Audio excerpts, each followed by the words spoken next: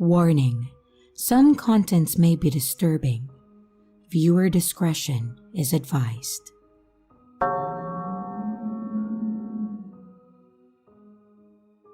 This all happened about a week before my son's 7th birthday. I'm a 38-year-old male, and I hadn't gotten him a gift yet. So after work, I asked his mother to pick him up from school as I drive myself to Walmart to browse the toy section for something that he would possibly want. While trying to decide between a Nerf gun or an Iron Man action figure, I heard a woman's voice behind me. "Aw, browsing for yourself or a little one?" I turned around to see a woman around my age in an employee vest with a smile, clearly amused by her own joke. "Well, clearly it's for me, but on an unrelated note, any ideas for a birthday gift for a 7-year-old boy?" I retort.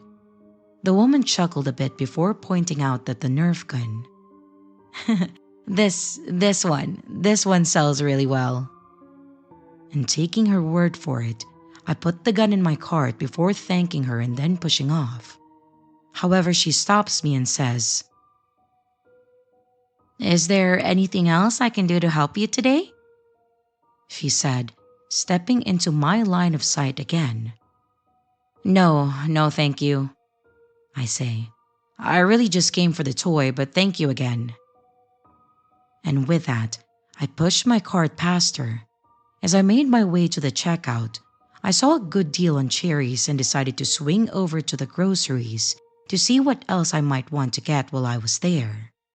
A few minutes later, as I was knocking on some watermelons, I heard the same voice from before. "I thought you were only here for the Nerf gun." I turned around to see the woman again. Yeah, but I decided to do some grocery shopping while I was here." I know. I didn't have to explain myself to her, but in order to be polite, I decided to reply to her small talk, but I just kept this short because I was getting a weird feeling about this lady. She continued to follow me around during my shopping, which I had decided to cut short given the situation. I then went to self-checkout since the line was shorter there. Usually, I don't mind waiting in line for a cashier, but today, I wanted to be done a lot sooner than normal. I scanned my items, and I swiped my points card before paying, and I then left. The woman was standing at the exit doors, literally watching me as I left. I thought that this was the end of it, until later that afternoon, I got a phone call. "Hello?" I answered, only to be greeted by the same cheery voice that I heard at the Walmart. "Hello, is this?" she said my name. I was shocked. "How did you get my number?" I asked. "Well, I usually don't do this, but I really like talking to you, so after I saw you had a membership card, I looked it up and I found your phone number in our database," she said, sounding almost proud of herself. "What the hell?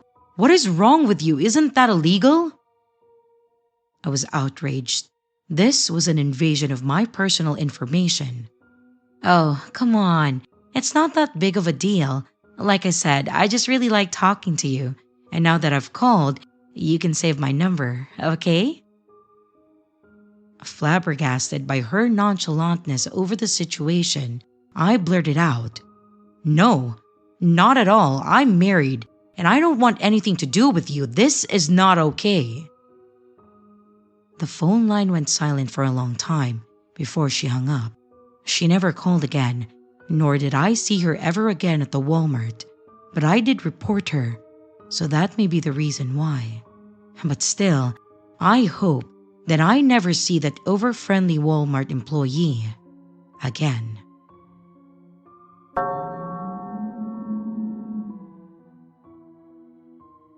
I was at a large outdoor mall in Columbus, Ohio, and I wanted to do a little shopping before going into work nearby at 2 p.m. So, keep in mind that this happened on a Wednesday afternoon in May. I parked on the first floor of a garage, a row directly across from the main entrance of the indoor mall area towards the back. As soon as I parked, I made eye contact with a guy walking in the next row. I was a 26 female at that time, and this guy looked to be around my age, if not younger. He turned towards me and then started walking my way. I put my head down, started gathering my things, and the next thing I knew, he was knocking on my window. I can't remember if I've already had the window down or if I rolled it down more, but anyways, the window was almost halfway down. He asked me where the closest restroom was. I told him that there is one as soon as you walk in the main entrance of the mall. He said that he didn't know where that was and if I would show him there. I pointed and I said that you literally just need to walk down this row and then go through the doors and the signs will be right there. But he really wanted me to show him where it was. He just stood there and looked at me for what felt like forever after he realized that I wasn't going to get out and show him the restroom. He then asked me if he could hop in the back seat real quick, and that's when my confusion went to panic. I really started to panic. I don't even remember if I responded to that right off the bat. He just kept going on, asking if he could get in, and then asked to hook up in the back seat. I just said no thank you and that I have a boyfriend and I'm sorry? To which he responded, "It's okay. I have a girlfriend and I love her." This just kept going on, me telling him that I needed to go and get to work and that I was sorry. He kept texting or something with his phone during the conversation too. I was afraid that he would try to open my door and I didn't want to lock them and somehow trigger this guy into doing something else. Somehow, I finally got the courage to start the car back up, reverse the car, and got the absolute fuck out of there before he could say anything else. I worked a couple blocks away and I hurried into the building before I called security. I have no idea what this guy's intentions actually were. I truly felt that he was trying to get me out of the car and possibly had other people close by. Maybe he really did just want to hook up. But who in the right mind goes about it in that kind of way? Was he bait for human trafficking? Was he just trying to rob me? He seemed to be a normal person until the interaction furthered. Thankfully, I was in a rental car because mine had been stolen exactly 3 weeks prior to this happening. I'm just very happy that this guy did not see what I typically drove if he happened to snag the license plate and the make and model of the car. What do you think this was? Does anybody here have any similar experiences? I still think about this to this day, and it's been about 2 years now.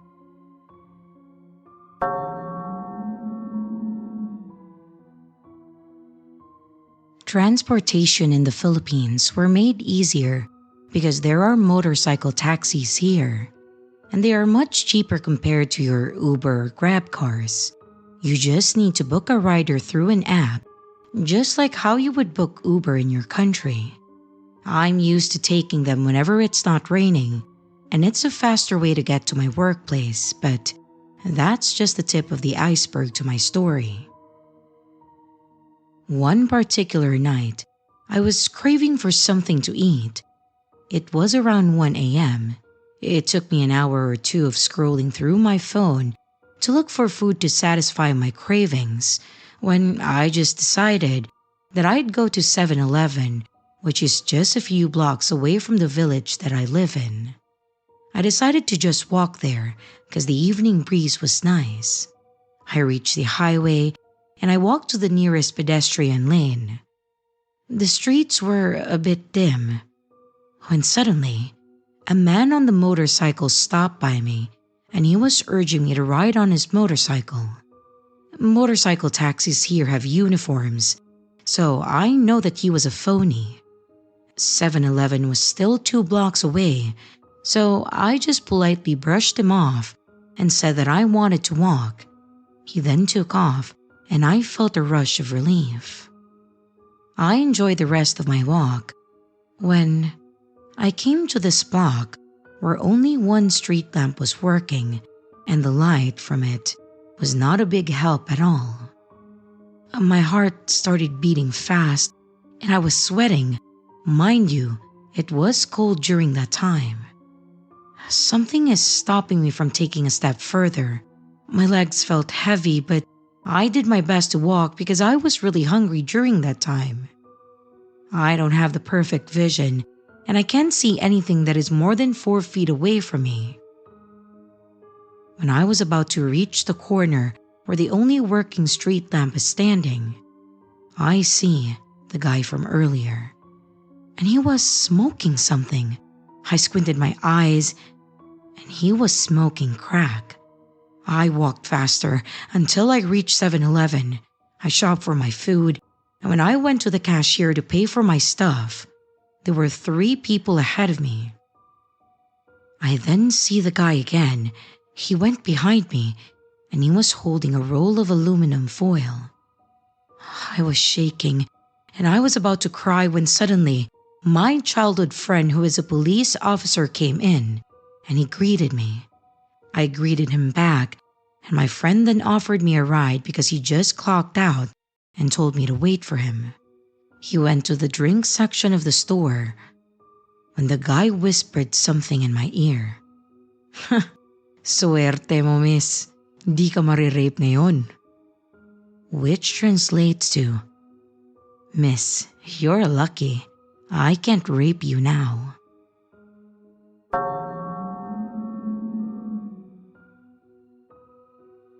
When I was 15, I went to a show in Liverpool, UK with a friend. My friend told me that he was staying at a friend's house, so I boarded the 25-minute train home alone. This was the last train home at around 11:30 p.m. I found a seat and I stared out of the window as the city lights faded into peripheral twinkles. So, 5 minutes in, my trance was broken by the soft croak of an older guy, maybe 50, with a dusty blonde hair and aviator-framed glasses. "Hello, young man. Are you okay? You look lonely." Shocked and confused, I nodded and said, "Oh, I'm okay, thanks." "The name's Dean. Do you like smoking weed or drinking beers? I've got some at my house. Are you stopping at Crew? You could pop in, you know," he said. No, I'm getting off at Runcorn," I mistakenly replied, cringing internally. I excused myself to use the bathroom as I made my way hastily across the carriage. The twinkling city lights now replaced by dank fields and a semi-urban decay. I peeked back, noticing the man playing with what seemed to be a needle. I sped up to the bathroom and I locked the door. It was only 10 more minutes until my stop. The next stop is Runcorn. I don't think a digitized train announcement has ever sounded so heavenly. I threw the door open and I bolted to the exit, but as my feet touched the station floor, I felt a firm grip on my shoulder. Looking back in fear and trying to shake off the grip, I acted fast and instinctively. I shouted, "Dad!" at a completely empty and on the other side of the gate. The now stumbling backwards Dean let out a "Oh fuck" under his breath and ran to the other side of the train while I ran through the gate. I sprinted all the way home and told my parents, who told the police. But we never heard anything.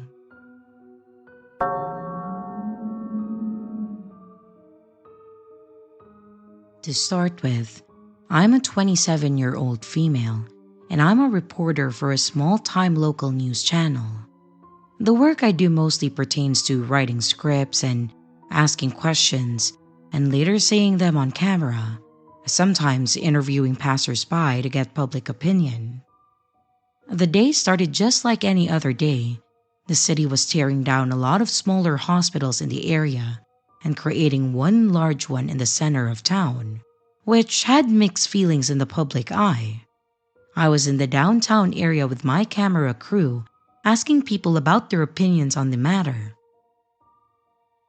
Many people were against it because it meant a farther drive from their homes. But having a newer hospital is never a bad thing either. Most people tended to say either or. However, that changed when I interviewed one man. Looking about mid-30s with a red baseball cap and a denim jacket on. If he hadn't been interested in talking, I would have simply ignored him. But while he seemed all too eager to talk to me, he didn't seem very concerned with the topic. Instead, he started asking about me, first asking my opinion on the subject, which I deflected saying that I was interested in his thoughts about it. But afterwards, he started asking things that weren't even related to the hospitals. He started asking me about my job as a reporter and how it affected my personal life since I was quote-unquote famous. I assured him that I wasn't famous, but then he continued asking me personal questions, including about my love life. I informed him that those were none of his business, but he didn't seem to take the hint. He kept trying to talk to me until I flat out told him to leave. It took him a while to do so, but eventually he got the message.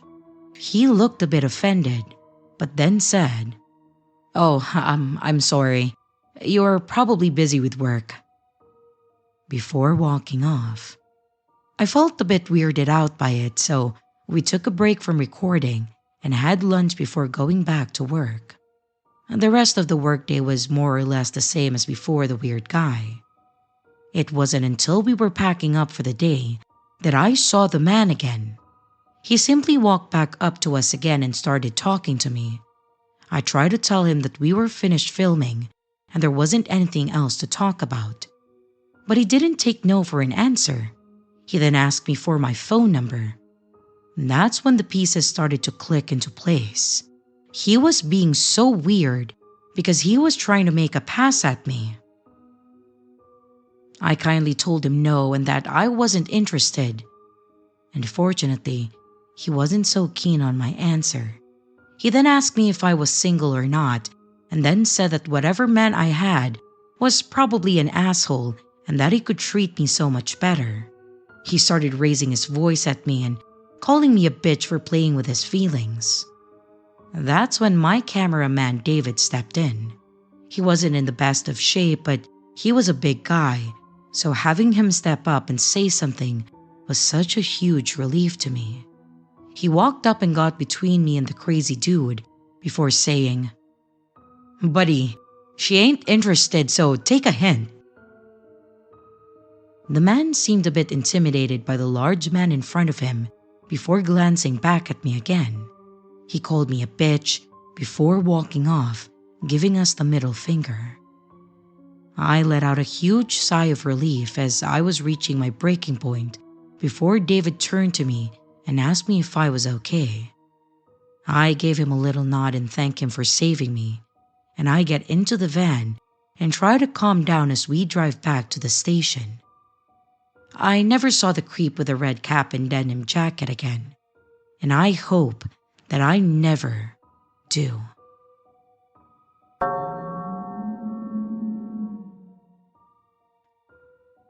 I'm not 100% sure that this story belongs here, and so if it does get removed for not fitting the criteria, I understand completely, but I thought that I would share just in case.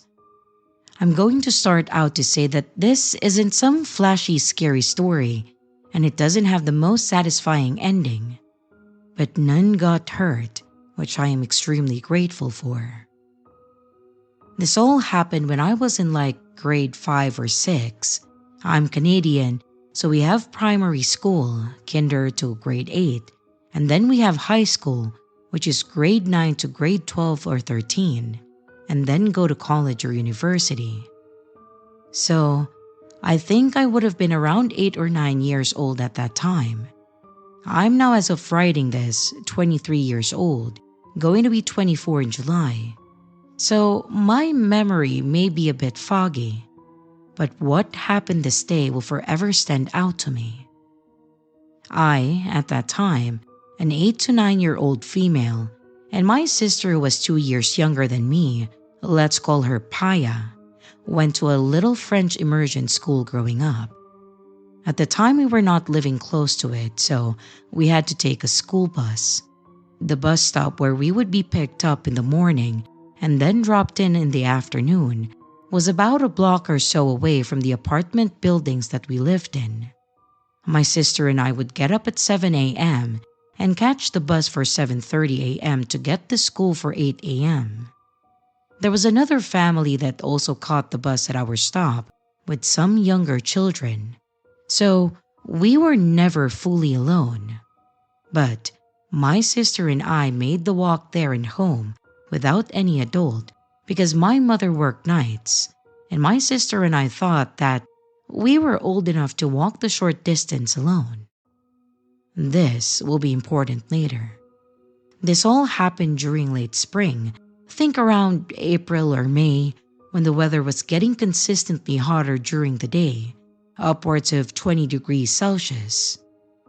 I should also note that I have allergenic asthma, which means activities like running or strenuous exercise, as well as allergens like pollen, can all and will trigger my asthma.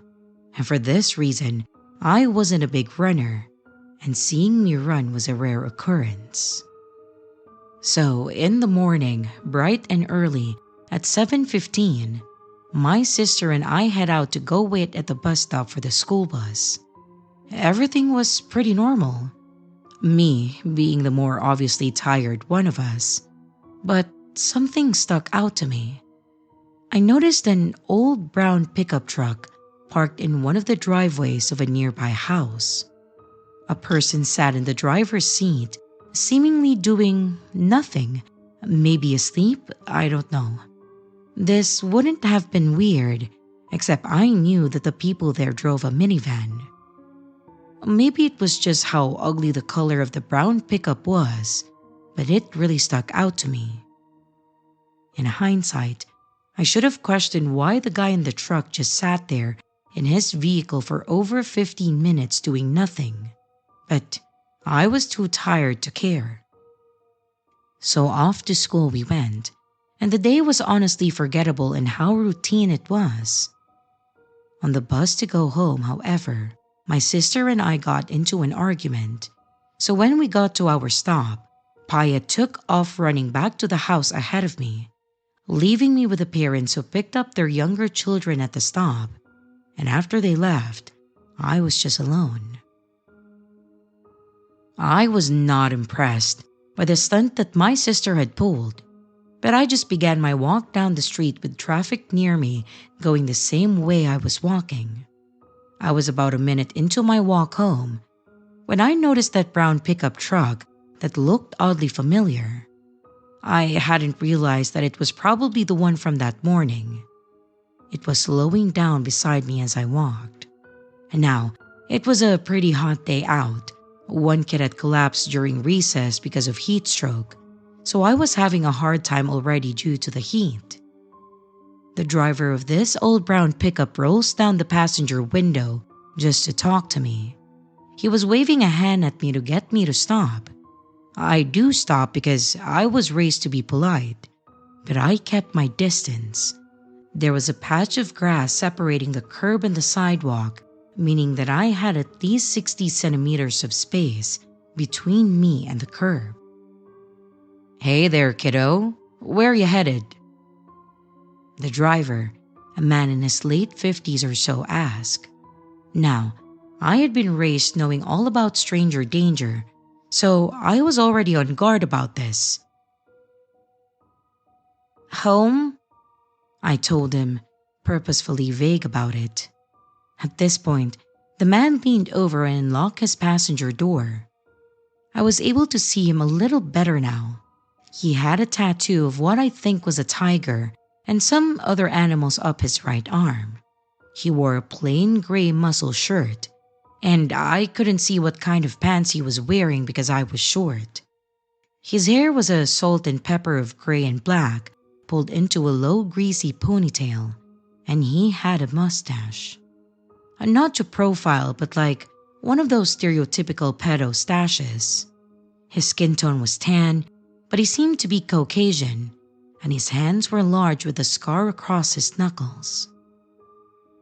"Well, how about you hop in and I'll give you a ride? You know it's pretty hot out today." This complete stranger offered me with a smile, and I noticed he seemed to have a missing tooth too. I, of course, smiled back not to be rude, and I simply said a polite, "Oh, no thank you, sir." And I started walking again. Now, this would have been fine and dandy if it had just ended at that. But instead, he began keeping pace with me in his truck and insisting that I get in, that it was too hot out and that all the other kids had been picked up. Now, this struck me as odd, and still does even now, because this meant that he had been watching me when all of us had gotten off the bus. Though I guess he didn't notice my sister run off, but still this was really creepy. I again said, "No thank you." But he didn't seem to take the hint. In fact, he became more pushy and maybe a little irritated. He had pulled up so close to the curb, he was almost jumping it with his pickup now. And at this point, I was really feeling scared that this man might do something that I wouldn't like. So I quickly said, "Have a nice day." And then I took off running as fast as I could towards my apartment complex. I vaguely heard him shout something at me, but I just kept running, cutting over the grassy hill with a few trees on it instead of staying on the sidewalk. I saw that someone had just left the underground parking area that connected two of the buildings, and I ran in just before the big door that let cars out closed. I didn't stop running until I made it up to the 8th floor, got into my house, and then slammed and locked the door. At this point, I was in a full-blown asthma attack as well as crying in fear. I collapsed against the door, hyperventilating and sobbing. And my sister was now freaking out at how I just burst in like that. But I couldn't get out what I was trying to say as I could barely breathe. Eventually, I was able to calm down, and my mother came home from what she has been doing. I was then able to explain what had happened.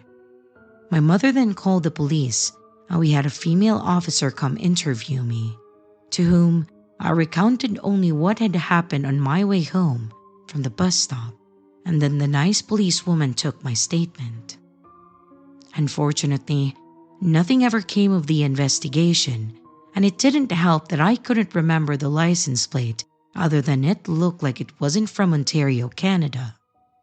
So, I never really heard anything after that. But to the man who may or may not have tried to kidnap me on my way home from school, let's not meet ever.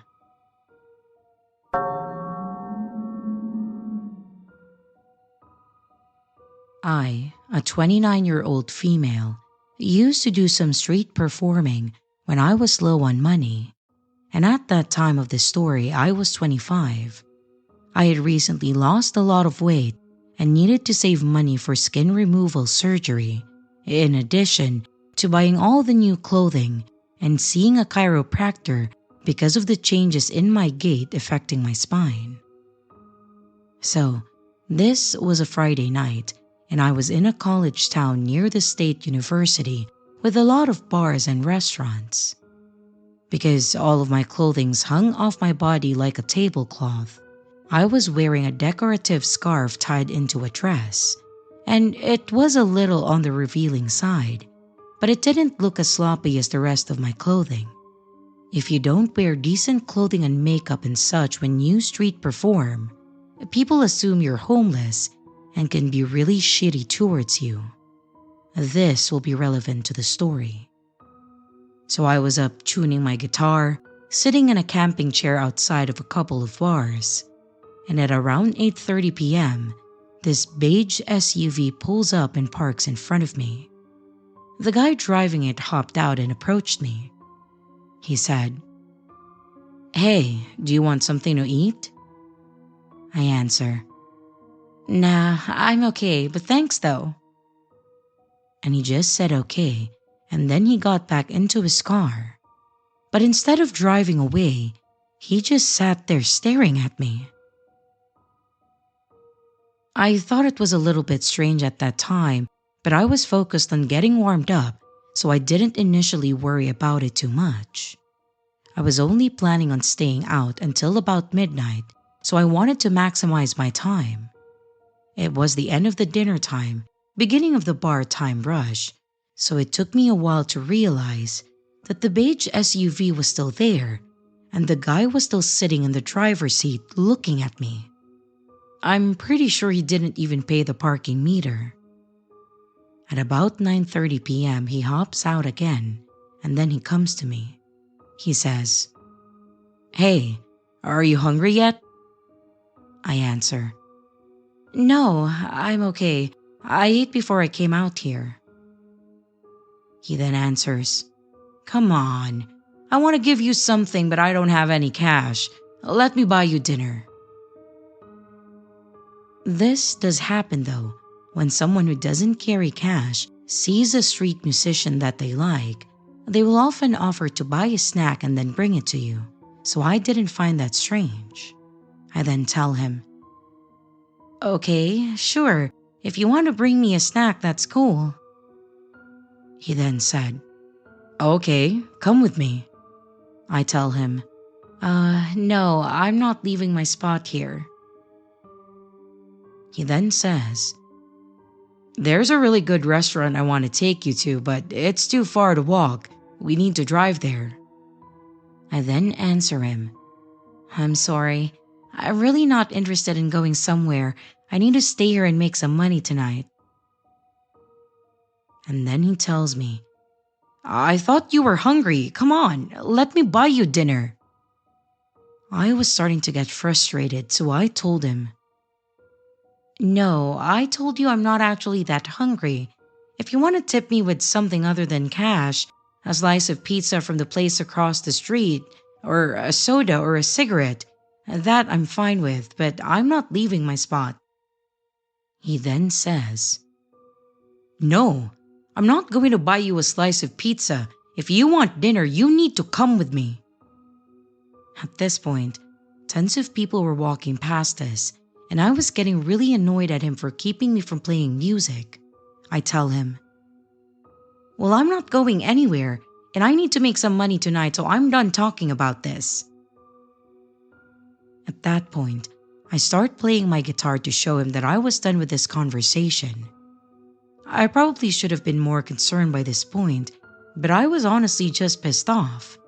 It wasn't uncommon for men who saw me street performing to offer me food or shelter in exchange for sex, so I kind of assumed that's what he was after at that point. For about the next hour, I focused on just playing music and chatting with people, and it was actually a pretty productive night. I had almost forgotten about the creepy dude, until he got out of his car and leaned against the door still staring at me. At this point, it was almost 11 p.m., and it dawned on me that he had been there for over 2 hours. And that's when the alarm bells finally started to go off in my head. I had a hard time focusing on the music after that because he was just standing there staring at me. And the longer it lasted, the more I felt like he had something more nefarious than just trying to bribe a young homeless woman to sleep with him in mind.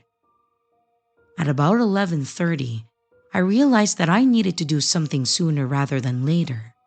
It was pretty much peak bar hour, but the streets were going to become less crowded eventually, and I was going to be walking home. I did not want to risk him following me. Now, When I'm street performing, I'm in a really friendly mode.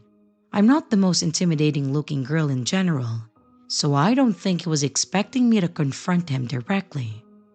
But when I feel threatened, I tend to get pretty mad pretty fast, and figuring that I had plenty of witnesses, I walked right up to him, angry as hell by this point.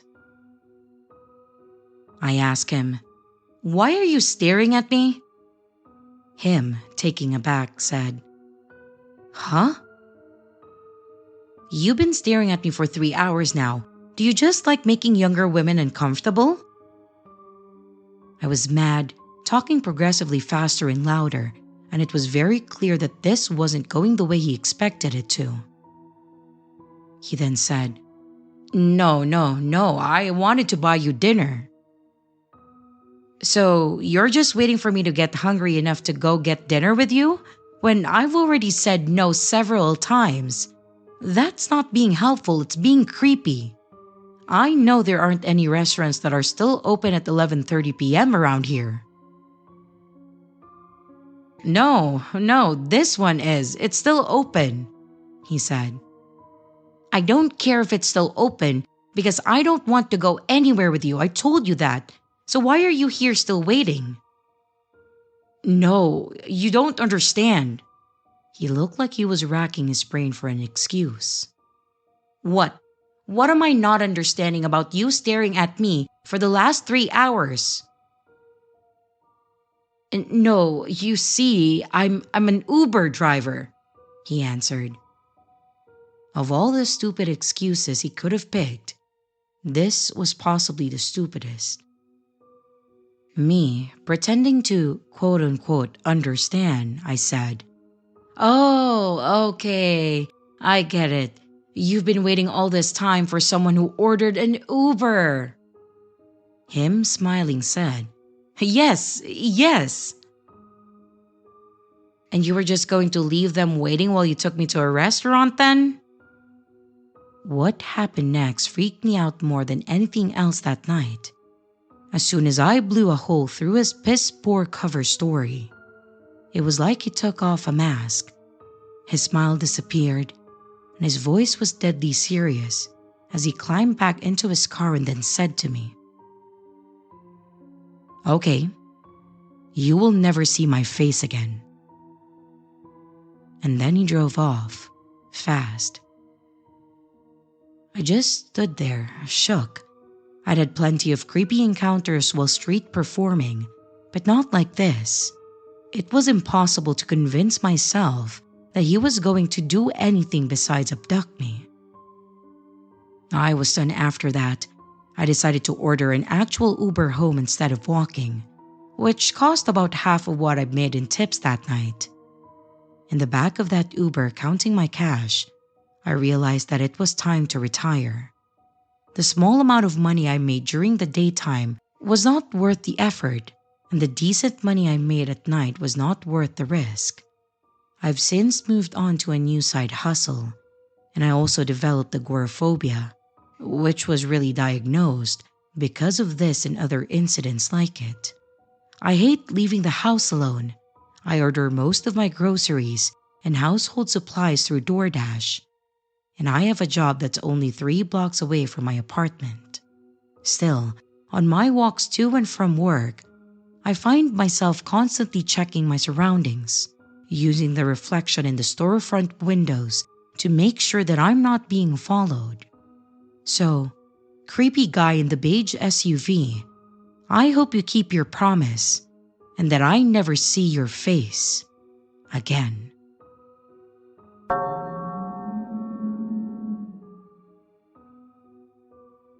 This was in middle school. My teacher was absent one day, and this gym coach was substituting for him that day. I have seen him around the school before, and he has substituted for us a few times before. I was sitting on my desk, talking to my friend behind me and pretending to do my work. And for some reason, he decided to walk around the room to check if we were doing the assignment. So, I turned to my desk and I started writing. He goes one by everyone's desk, but then slows down once he reaches mine. He hovers over me, just staring down at my work, and I got nervous because I didn't want him calling me out. But for some reason, I felt his breath on me. It was heavy, which was really grossing me out. He was a frail, old-looking man, so I didn't think much of it. He walked really slowly and seemed harmless, but was very passive-aggressive when he spoke to all of us. I'd always get this weird, creepy vibe from him, but always thought that it was just me. A few months go by, and the rumor of him being fired circled around the school. I was curious, so I'd ask around to know what the tea was. Apparently, the same teacher that would sub for my class was fired. He was caught trying to touch the girls during practice and throughout the gym periods. He touched the girl, which was soon reported by the student. And he even got caught hiding in the crack of the door, watching the girls change in the locker room. He finally got caught while doing so, and he was soon fired and kicked out of the school. The news made it everywhere, even on the news, and it spread like wildfire. Thinking back on it now, it gives me chills to think that he would watch girls change. And thank goodness he got caught. You never know people's intentions.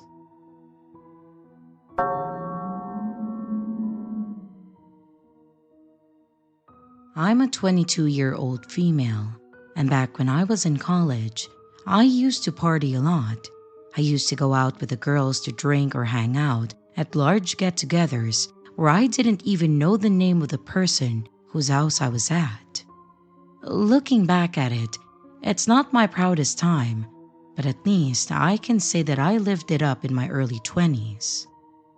The night was just like most weekends, at a bar getting wasted with the girls, and we had just finished our midterm exams and we were celebrating the fact that we survived it. We spent the first bit of the night comforting one of my friends, Mary, who didn't think that she did great on the test. But after a while, we managed to get her to open up and we were enjoying our night. At around 1:30 in the morning, we decided to all go home because we were past the point of feeling good drinking and closer to passing out. So we all called rides to get us home. Me and my friend Priya lived nearby, so we decided to only call one cab and I would just get dropped off at my house before the cab drove to the dorms. I lived a few blocks away from campus, so it made sense to carpool since we were both going the same way. Our cab came relatively quickly, and after saying our goodbyes, me and Priya went into the cab. Our driver was a guy who looked to be in his early 40s, with very short brown hair and wearing a plaid shirt. When the door opened up, he looked back at us and said, "Well, hello ladies, where can I take you?" Priya told him to go to the university, while I managed to slur out the words to tell him to drop me off a few blocks before that. "Alrighty then," he said, his smile never leaving his face. He put the car in drive and then pulled out, but didn't put the meter on. At first, I thought he forgot, which in my drunk mind meant that the ride was free.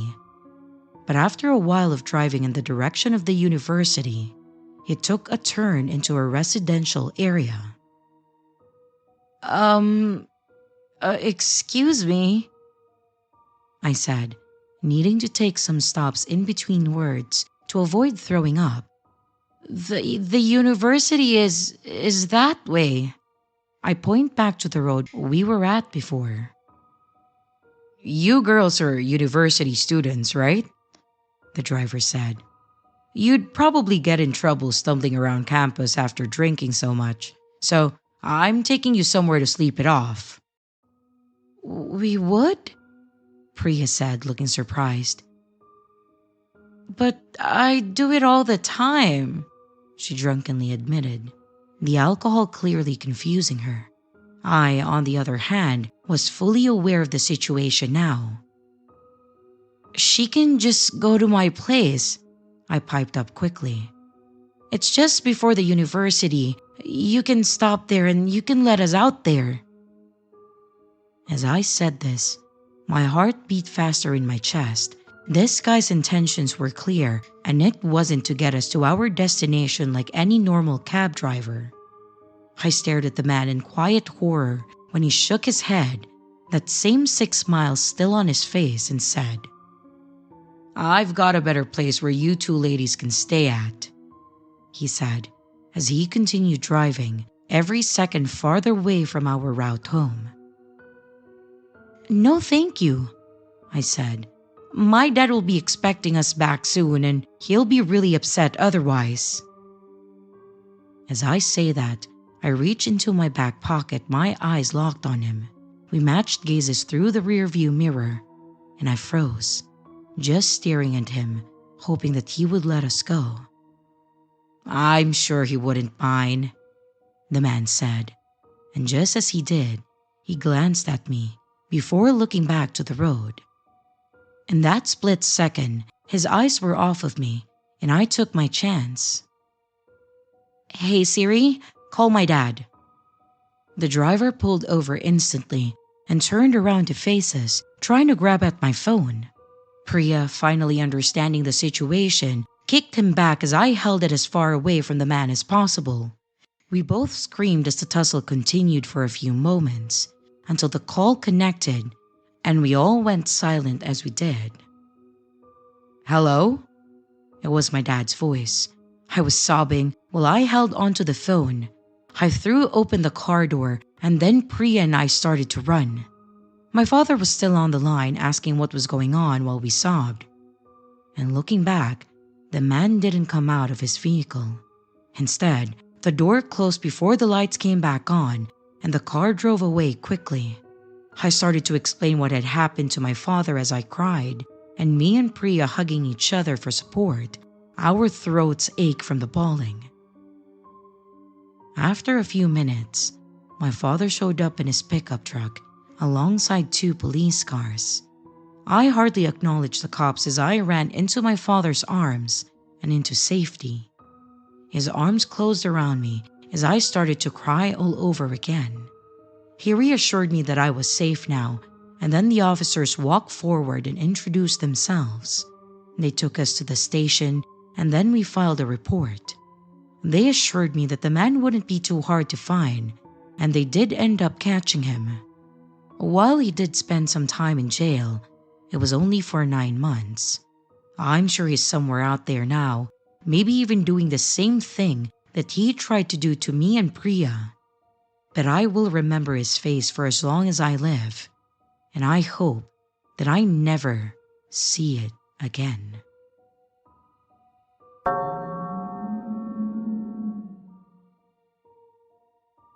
I'm a 25-year-old female from England. This started about 5 months ago, and first, it was quite a pleasant interaction, but it slowly got worse and more creepy. It started about October to November.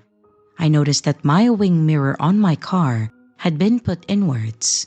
I park a street away from my house, so I have a short walk to it, and my house is also on the main road with one driveway, and my parents park on the drive. I asked my mother if this was her doing, as it was a thoughtful thing to do. She refused, and my father also said that it wasn't him. So I thought that it was just a kind or thoughtful person that did it.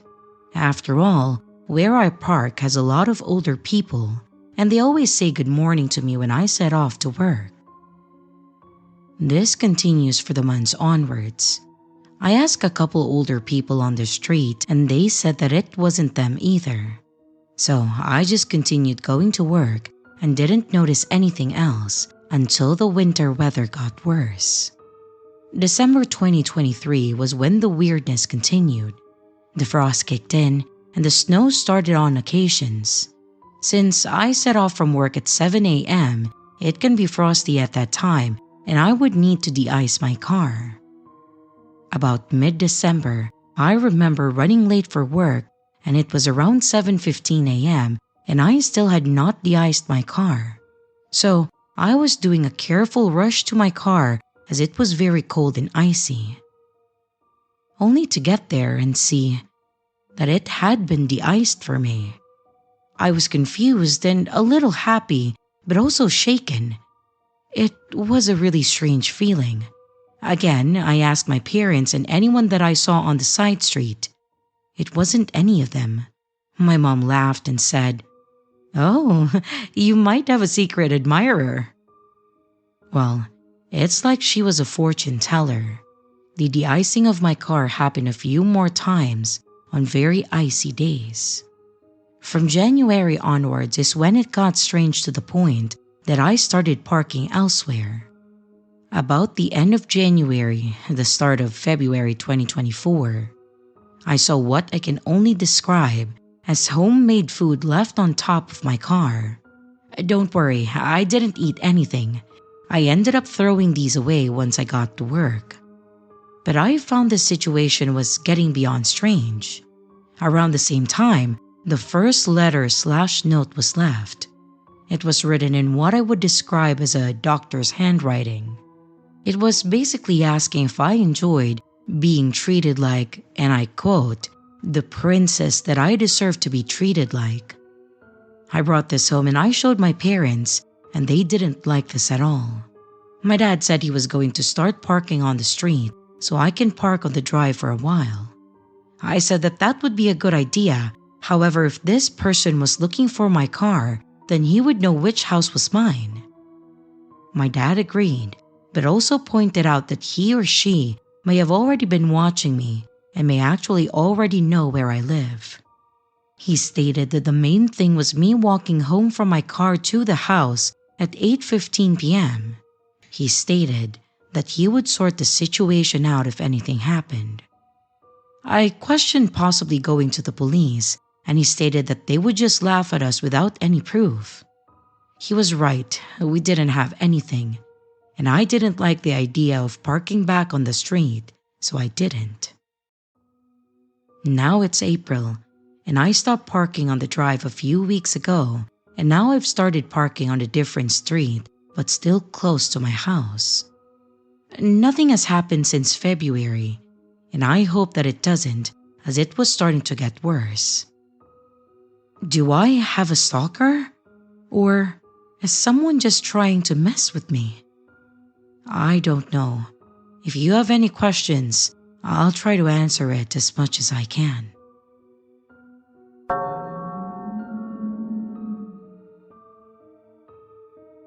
So one day, I took the bus as usual to get home, and this guy sitting next to me gets off at the same bus stop.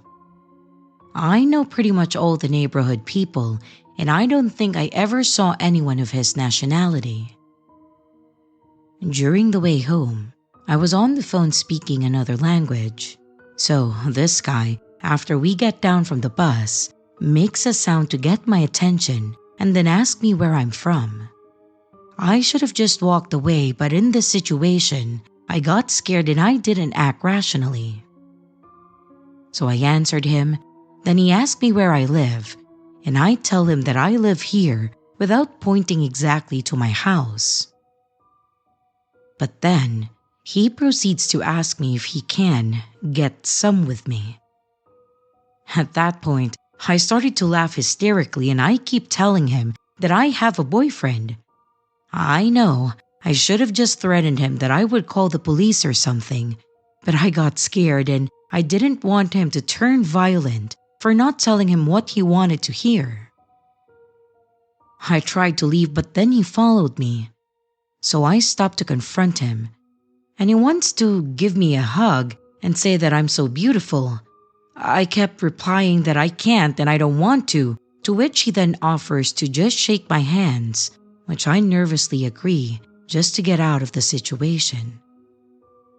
After that, I then changed paths and hoped that he wouldn't watch me get home, and then I returned back after. Should I learn how to stop acting like a total idiot in these situations? Yes. But should I be concerned?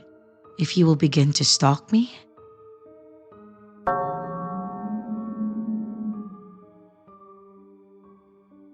Christmas Eve dinner at Burger King. Sounds innocent enough, right? Not my first choice, but I had to work late, and it being Christmas Eve, it looked to be my best choice. I got finished working at 9 and I had some coupons for Burger King, so that made my decision for me. When I got there, I noticed that it was still open, but the dining room was shut down. So the only way that I could get something is if I went through the drive-thru. The only problem is, I don't have a car. I tried to walk up to the drive-thru and place my order, but the compassionate young lady working the drive-thru wasn't having it. She told me that if I didn't have a vehicle, then I could not use the drive-thru. I became rather aggravated and began saying things that I'm not proud of. At this moment, an older woman wearing a shining armor appeared on the scene and offered me to jump in her car and to order my food. At first, I turned her down, not wanting to be a bother, but after some convincing, I decided to accept her help. After ordering my food, it took so long to get it that I missed my bus and I just got upset. The nice woman offered me a ride home, and I felt kind of put off by the offer, and I declined. But she was persistent, but at the same time nice, and then convinced me to take her offer. Mind you, I'm a 250-pound, 30-some man, so I really didn't feel that threatened by a 50-some woman. If the circumstances were different, I would not have taken the ride. After I told her where I lived, we proceeded to go home. About 5 minutes from my house, she made the wrong turn. I explained that I lived the other way and that she needed to turn around or let me out of here, and I will just walk the rest of the way. It was when that woman's demeanor changed, and she told me that she could not let me spend Christmas Eve alone and that she was taking me to her house. I told her that I needed to get home immediately to let my dog out and that I would be fine. The woman then tried to entice me with cocaine and liquor at her place, but since I'm in recovery, I told her that I wasn't interested. She refused to turn around or to let me out and then started to drive strangely, not stopping at stop signs. I'm not gonna lie, my mind was racing and I began to sweat. I knew that I could physically overpower this woman, but what awaited me at her house? I also felt bad about hurting her after all of the kindness, but I had to get away before her house and I didn't know where that was. So, I did not know how much time I had. Then all of a sudden, the car in front was stopped at a stop sign and across from it another was stopped also. She had to slow down to almost a stop at this point. And this is where I made my break. I jumped out with the car still moving, leaving my food in the car, and I took off running. As I was running away, she stopped and got out of her car and began trying to talk to me into getting back into her car with her. That just wasn't an option. I don't know what her motives were or who she was, but I knew that I wasn't willing to risk my life over it. I ran all the way home and made sure that I wasn't followed. What would have happened to me if it was 2 years earlier and I was still doing drugs and drinking? Her offer of cocaine and booze would have probably worked on me. Kidnapping, murder, sex trafficking, organ trade, or I don't know. Being a man, the thought of the vulnerability most women face every day was so foreign to me, and now I understand the fear most women face. I really feel this nice woman had a nefarious purpose, and that I just so happened to be the perfect victim of the opportunity. Does anybody have any thoughts about this? That would be really appreciated. I never went to the cops because I felt that they may not believe me or they might look down on me for being scared. Should I place a police report? What if by me not reporting this, that someone else ends up getting hurt? Or am I just jumping the gun and conclusions?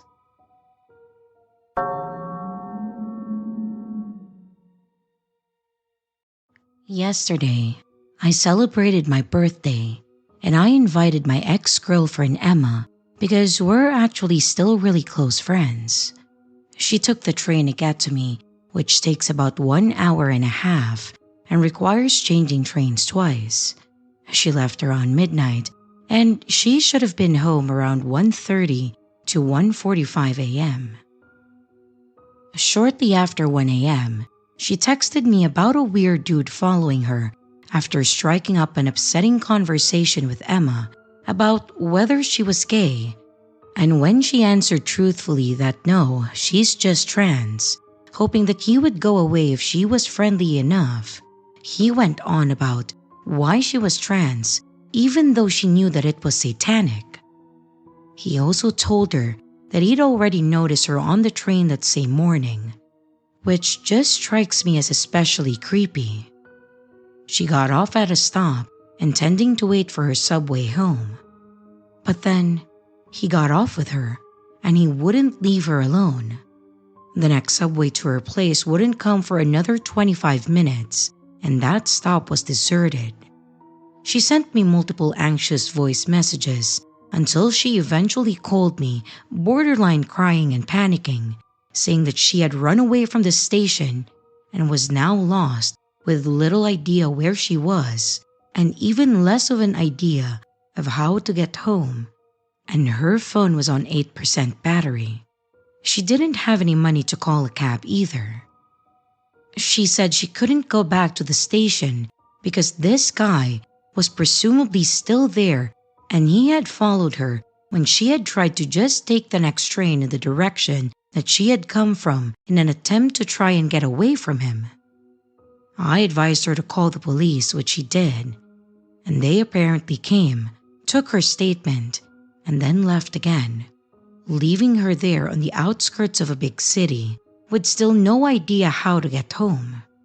I told her to use Google Maps to just try and get home and try to save battery, but to update me periodically. She called me again a few minutes after, saying that she was 45 minutes on foot away from home, but had thankfully managed to reach her mother, and she was coming to pick Emma up from where she was. I stayed on the line with Emma until her mom got there. I am so angry. Emma already struggles with severe anxiety and agoraphobia. The fact that she managed to make it to my birthday party is an achievement for her, and this is not going to help her at all. Why do people like this exist?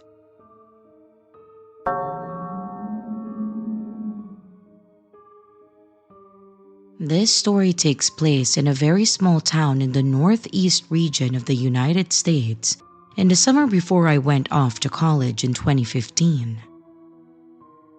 After I graduated high school, my parents decided to move to a smaller, more affordable house about 45 minutes north into the mountains.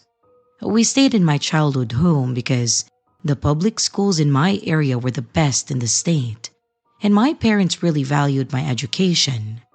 I ended up going off to an amazing university, and now I have an incredible career because of my excellent education.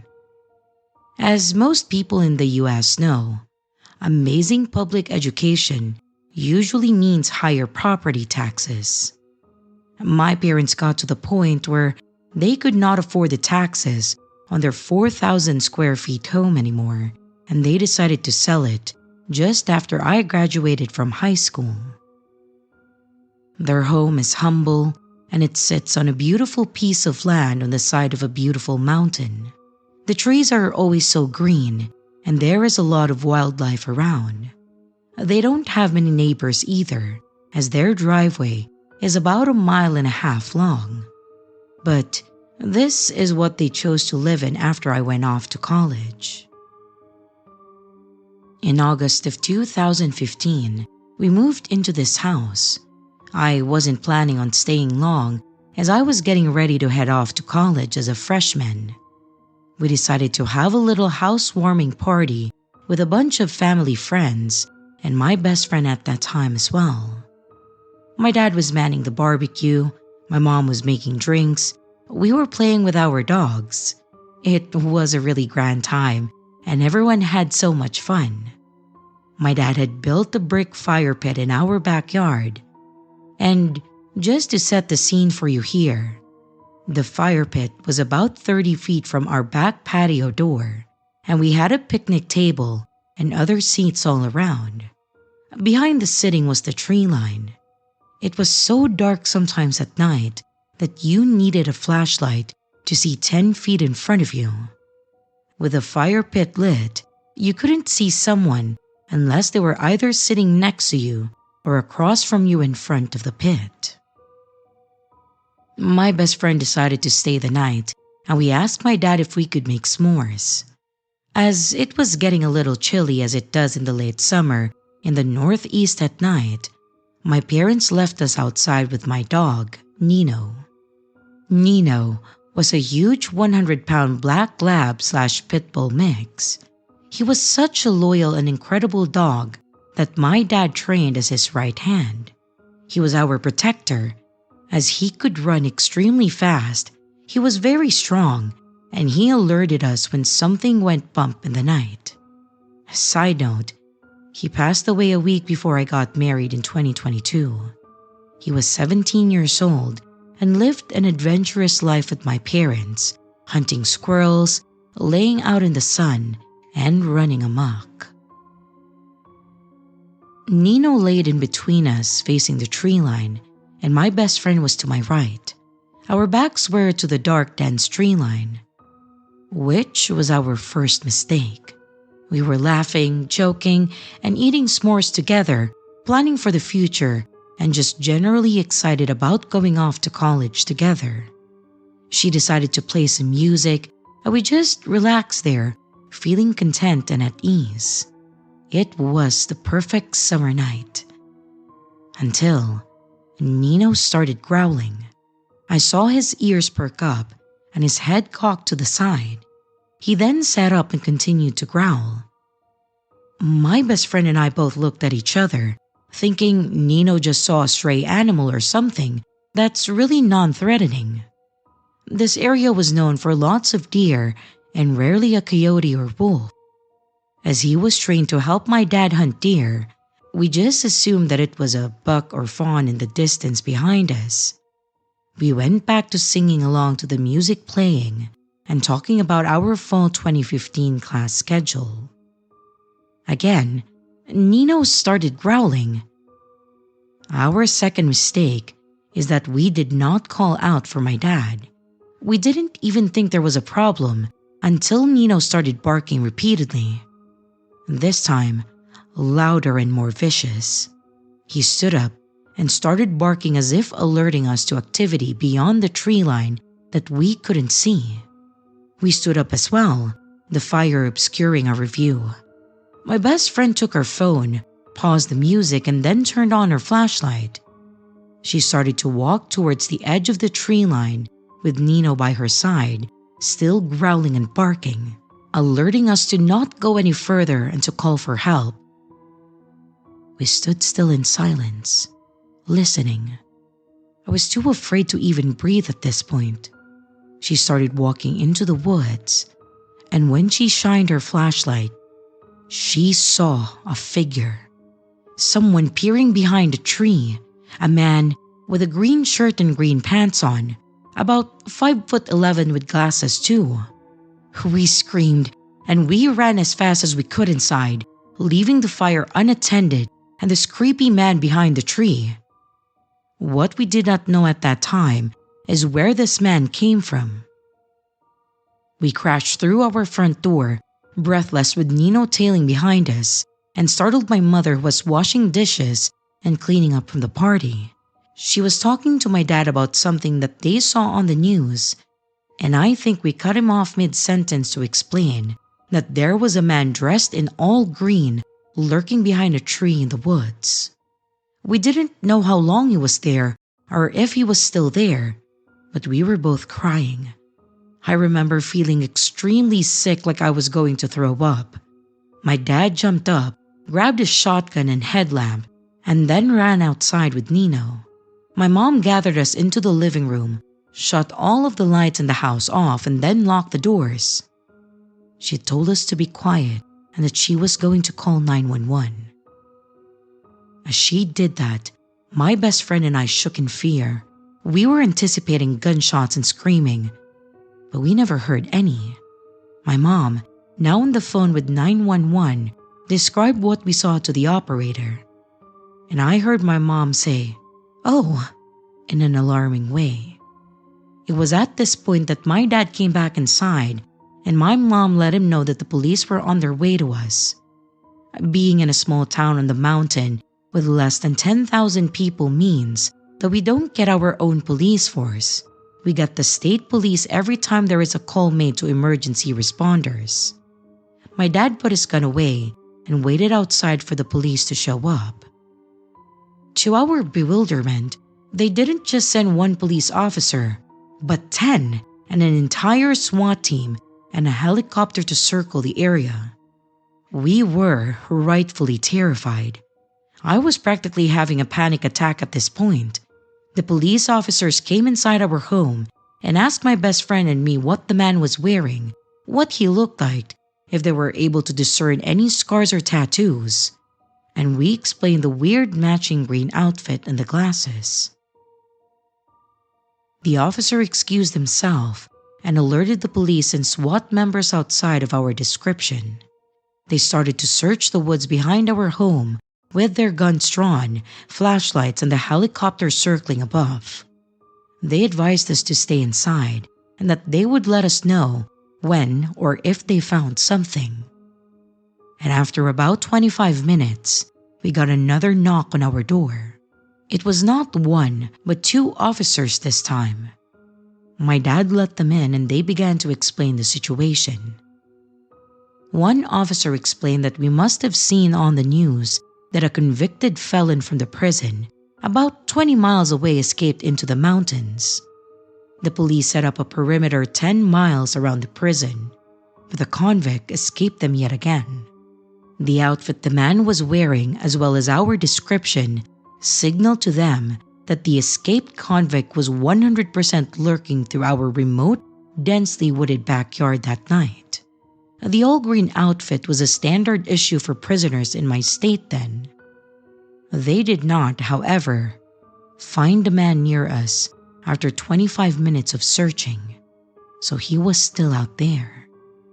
The officers let us know that they were going to have a squad car stay and watch our house for a few days, as they were unable to locate the fugitive and they believe that he is still an active threat to our safety.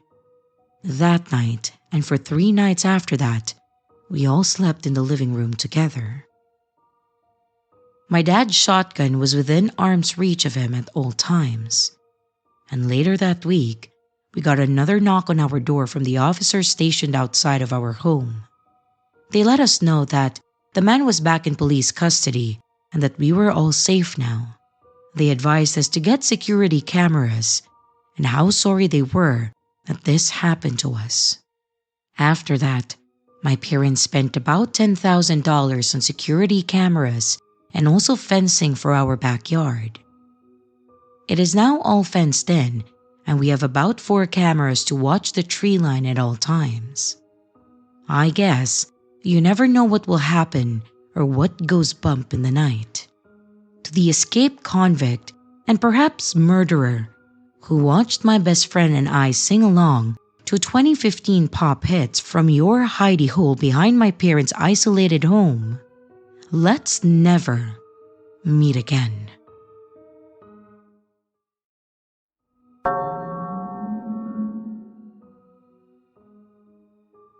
Hi MCT.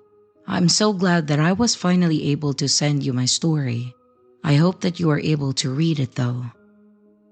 I'm Carla, a 35-year-old single mom living in a quiet suburban neighborhood in Ontario, Canada. I have 2 wonderful kids, Emma, who's 8, and Jack, who's 5. My life has been a roller coaster, but nothing prepared me for the nightmare that unfolded over the past few months. I want to share my story to hopefully warn others and maybe find some peace in the process. I was married to my ex-husband Mark for nearly 10 years. In the beginning, things were really good. But over time, his behavior changed.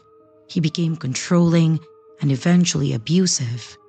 I tried to make it work for the sake of our children, but I couldn't put them or myself through it any longer. About a year ago, I filed for divorce after he shoved me during an argument. It was one of the hardest decisions that I have ever made, but I knew that it was the right one. For a while, things were relatively quiet. I focused on my kids and my job as a receptionist at the local medical clinic. Life started to feel normal again. But then, about 3 months ago, I started noticing Mark's car parked near my house. At first, I thought it was just a coincidence. Maybe he was in the area, I told myself. But then it became more frequent. Every time that I left for work or came home, his car was there, parked a few houses down the street. One evening, I was putting Emma and Jack to bed when my phone buzzed. It was a message from an unknown number. It said, Carla, please talk to me. I miss you. We can make it work, you know? I felt a shiver run down my spine. I knew it was Mark. I ignored the message and I blocked the number, hoping that that would be the end of it. But it wasn't. The messages kept coming from different numbers. Some were desperate pleas for reconciliation, while others were much darker. Things like, if you don't talk to me, you'll regret it. And another one said, I'll make you pay for keeping my kids from me. I saved every message and showed them to the police, but they told me that there wasn't much that they could do unless he really does something to me or the kids. Crazy, right? Mark would be at my workplace more often now. He would sit in his car across the street, just watching the entrance. My coworkers noticed and asked if everything was okay. I didn't want to worry them, and it's really not their business, so I downplayed it. But inside, I was terrified. I couldn't focus on my work, was constantly looking over my shoulder, waiting for him to show up. One day, I was leaving the clinic when I saw him standing by my car. My heart raced as I approached. Carla, please, just talk to me. I only want to see my kids, okay? He said, his voice a disturbing mix of anger and desperation. Mark, you need to leave. You're not supposed to be here, I said, trying to keep my voice steady. He took a step closer, and I could feel the panic rising. You're making a mistake. We belong together, he said, his eyes narrowing. I managed to get into my car and lock the doors, and I drove straight to the police station and filed another report. They promised to increase patrols near my house and workplace, and they said that they would talk to him, but I still felt vulnerable. A few nights later, I was awoken by a noise downstairs. My heart pounded as I grabbed my phone and I crept out of bed. I could hear someone moving around in the living room. I dialed 911, whispering to the operator that someone was in my house. I silently went to check on Emma and Jack, who were thankfully still sound asleep. I locked us in the bedroom and waited, my heart in my throat. But now, I could hear Mark's voice. It was low and menacing as he was calling out for me. I heard his voice starting to get louder and louder, meaning he was getting closer. But the police arrived just in time, bursting through the front door and arresting him. He was taken away in handcuffs, screaming that he loved me and that I was ruining everything. The next day, I filed charges against him for breaking and entering and harassment, and that I wanted to get a restraining order. There's a court date set for next month and I'm scared, but I know that this is the right thing to do. My children and I deserve to live in peace without the constant fear of being watched or threatened. I'm sharing my story as a reminder to trust your instincts and take action if you are in a similar situation. No one deserves to live in fear. Be safe, everyone.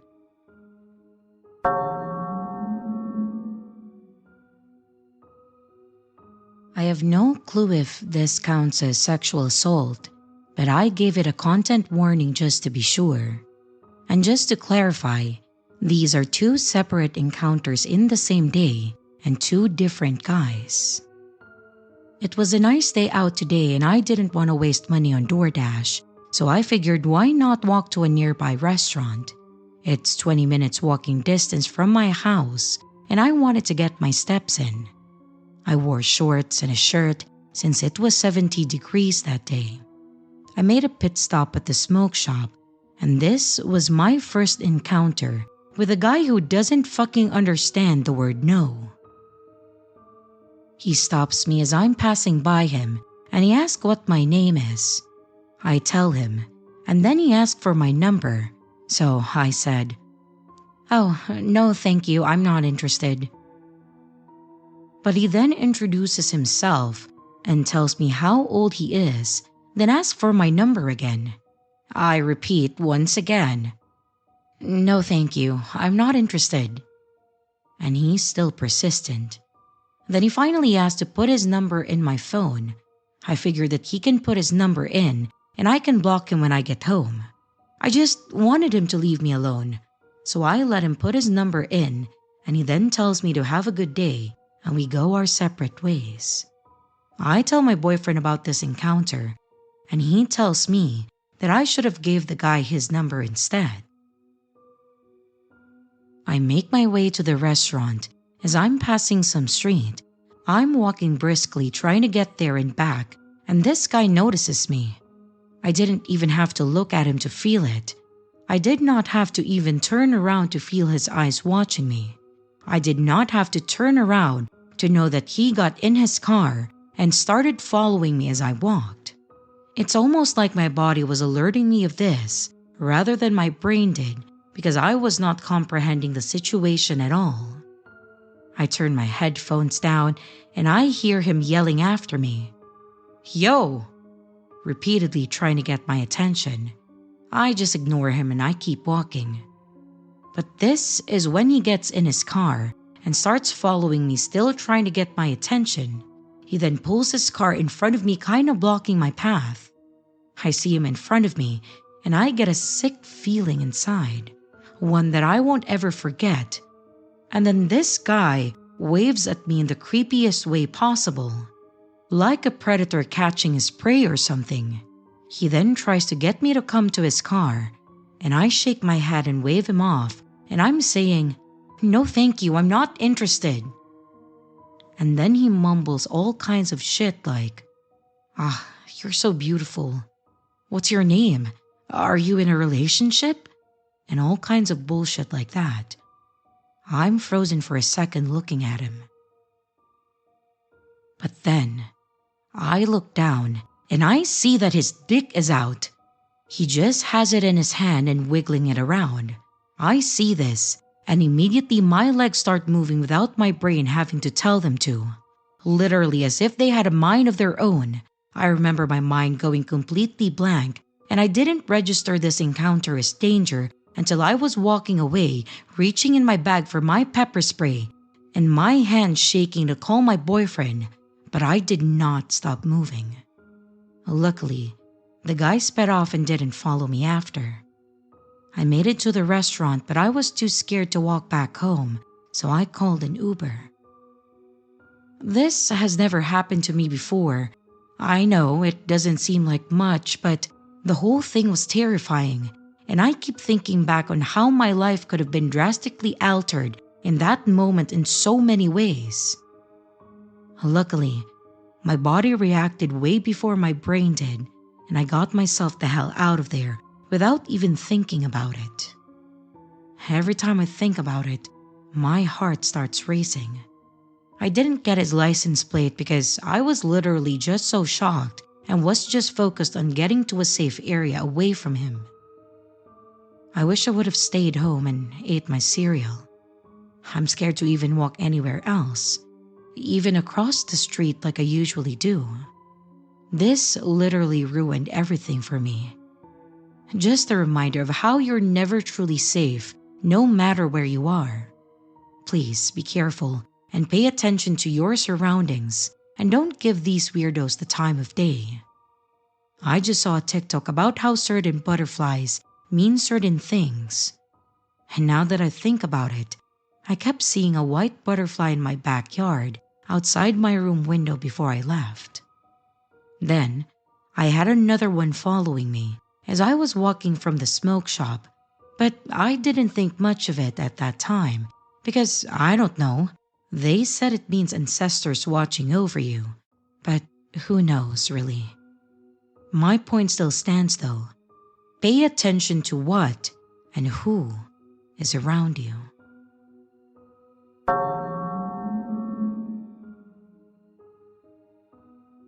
My name is not important for this story, but know that I'm a 30-year-old freelance illustrator living in a cozy apartment complex in the heart of the city of Cebu.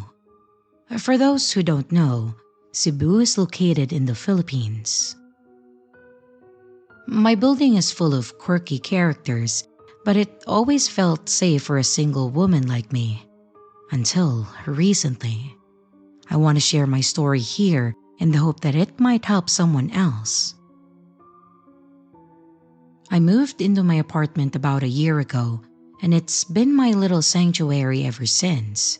The building is old but charming, with creaky wooden floors and lots of natural light. My neighbors seem friendly enough, especially Mr. Rodrigo. He's the elderly man who lived across the hall from me. He was always helpful, offering to carry my groceries or water my plants when I traveled for work. He was a retired professor from a university here that I know of. I thought he was just a sweet old man looking out for me, but I was so wrong. A few months ago, I started noticing little things out of place in my apartment. At first, it was small stuff. My keys moved from one spot to another. A book that I didn't remember taking off the shelf suddenly just appearing on my coffee table. I chalked it up to my own forgetfulness. Freelancing can be hectic, and I often work late into the night, so I assumed that I was just tired and I was losing track of things. But then I started finding small gifts around my apartment, a bouquet of flowers on my kitchen counter, a box of chocolates on my coffee table. I didn't think much of it though. I just assumed that they were from a friend or an admirer who had somehow gotten access to my apartment. I know. I should have been freaking out and calling the police or something, but I genuinely didn't want to think negatively about the situation. Maybe I was just naive, I guess. But when I ask around, none of my friends or coworkers or even family members claim responsibility. One of my friends said, "Kahadlok ana oy. Unsa palay gipanghilabtan ana niya sa imong balay? Pag-ilis og lock." Which translates to, "That's so scary. Imagine the things that person touches in your house. Go change your locks." And that's when the unease began to set in. One evening, I came home from a late-night illustration session at a nearby cafe to find my door slightly ajar. My heart raced as I pushed it open, half expecting to find a burglar inside. But there was no one. Instead, I found a beautifully wrapped gift box on my dining table. Inside was a delicate silver bracelet with a small note that says, "To you with love." I was terrified. Someone had been in my apartment again, and I had no idea who. I called the building management the next day, but they dismissed my concerns, saying that there was no sign of forced entry and it was probably just a prank. That's just horrible management. So, That's when I decided to take matters into my own hands. I bought a small, discreet camera and I set it up in my living room, pointing towards the front door. A few days later, I went out for a late night walk, leaving the camera recording. When I returned, everything seemed normal. But when I reviewed the footage, my blood ran cold. There, clear as day, Mr. Rodrigo using a spare key to enter my apartment. He walked around, touching my things, leaving another small gift on my coffee table. And the most chilling part was how calm and methodical he seemed, as if he had done this so many times before. Where he got a copy of my key, I have no idea. I took the footage to the police, who were also shocked and took immediate action. Mr. Rodrigo was arrested and charged with trespassing and harassment. He was also evicted from the apartment complex. And for a brief moment, I felt a sense of relief, but it was short-lived. Despite Mr. Rodrigo's arrest, I couldn't shake the feeling of being watched. My apartment, which had once been my haven, now felt like a prison to me. I wanted to move out, but I couldn't afford to break my lease. Freelancing doesn't pay much, and I had already stretched out my budget to secure this place. So I just stayed, constantly looking over my shoulder and jumping at every little noise. Mr. Rogers' trial is set for next month, and I'm preparing to testify, of course. I hope that seeing justice served will bring me some peace, but I can't help but worry. What if he comes back? What if he finds another way to get to me? The fear is always there, lurking in the back of my mind. I'm telling my story here as a warning. Be careful who you trust, even if they seem harmless. And if something doesn't feel right, trust your instincts. I wish I had acted sooner, before things escalated to this point.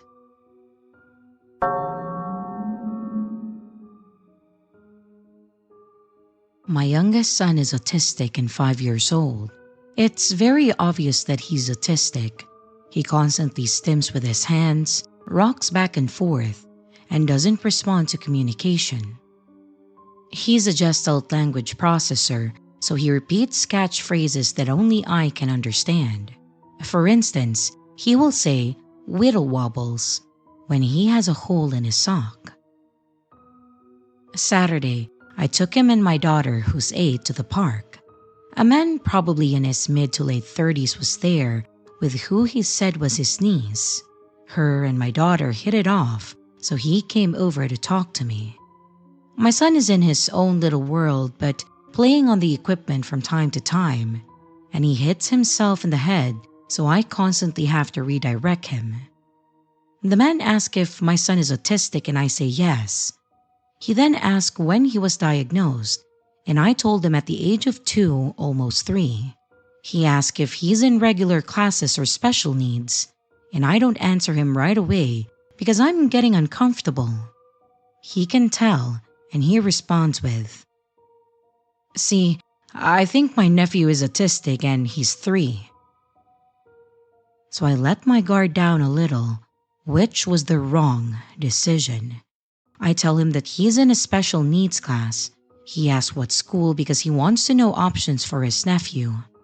I hesitated, and I then tell him the 4 schools in the district that offer a special needs class, not specifying which school my son goes to. Then he asks if my son runs off a lot. I just reply sometimes, and he notices the GPS tracker on my son's ankle. He asks how well that tracks him, and if he ever tries to take it off.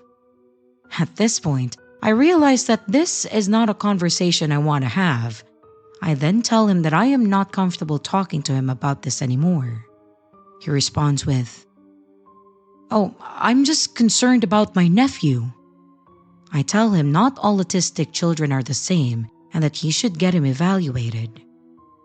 I call my daughter over, who is now upset because she was having fun playing with a little girl, and then I pick up my son and then we go to the car. I'm just watching him as we leave and he's just staring at us. My daughter asked why we had to go, and I tell her that we have to go home and do stuff around the house. She's very intuitive, and then she asks, "Is it because of that girl's stepdad?" I ask her why she thinks he was her stepdad, and she said that the little girl told her that he was her mom's boyfriend. I ask what else she said about him. She tells me that the little girl said, "He likes to talk to girls like your mom, and it makes my mom mad." I then ask if there was anything else, and she tells me that the girl said she was glad she met my daughter because she's an only child and doesn't get to play with other kids except at school. She also tells me that the little girl asked for her phone number and wanted to see her again soon. This man was lying to me. For what reason, I don't know. I can only assume to make it seem like he was single. But it could be more sinister than that, though. I have no idea. I immediately call the police and tell them everything. They get my info and say that they are sending an officer to the park. And by the time the officer got to the park, maybe a couple hours later, they were, of course, gone. I give the dispatcher a description, the man and the little girl's first names, and what I think he was driving since it was just us there, so I assume that it was his vehicle in the lot. They then tell me that they will call if they need any more information. Lesson learned. I'm almost certain that he took advantage of my willingness to help another autistic person to try to get information about my son or about me. Update. The man has been found and arrested. My brother shared my story with his friend, who is a sheriff's deputy in the county to the south of me. They had gotten similar reports about a man matching the same description. One report included him allegedly trying to lure a disabled toddler away from his mother at a trampoline park. They had a video and his license plate this time. My brother's friend sent me the guy's mugshot and asked if this was the man. And it was the man. My brother's friend was investigating the trampoline park incident, but since it was a different county, he didn't know of my report until my brother shared it with him. I asked about the girl that was with him, and he couldn't tell me anything other than she's safe.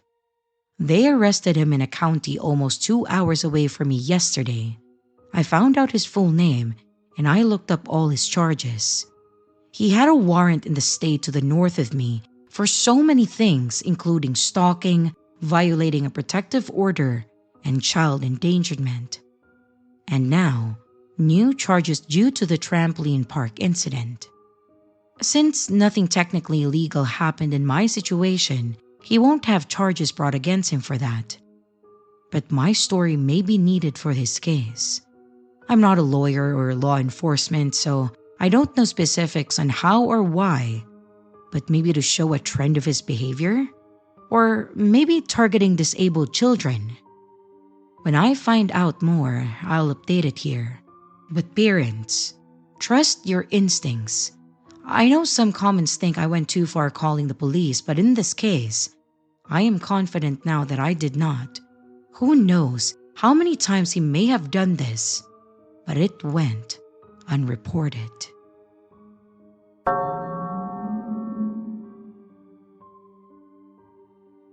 Hi everyone, my name is Emily, and I'm 16 years old.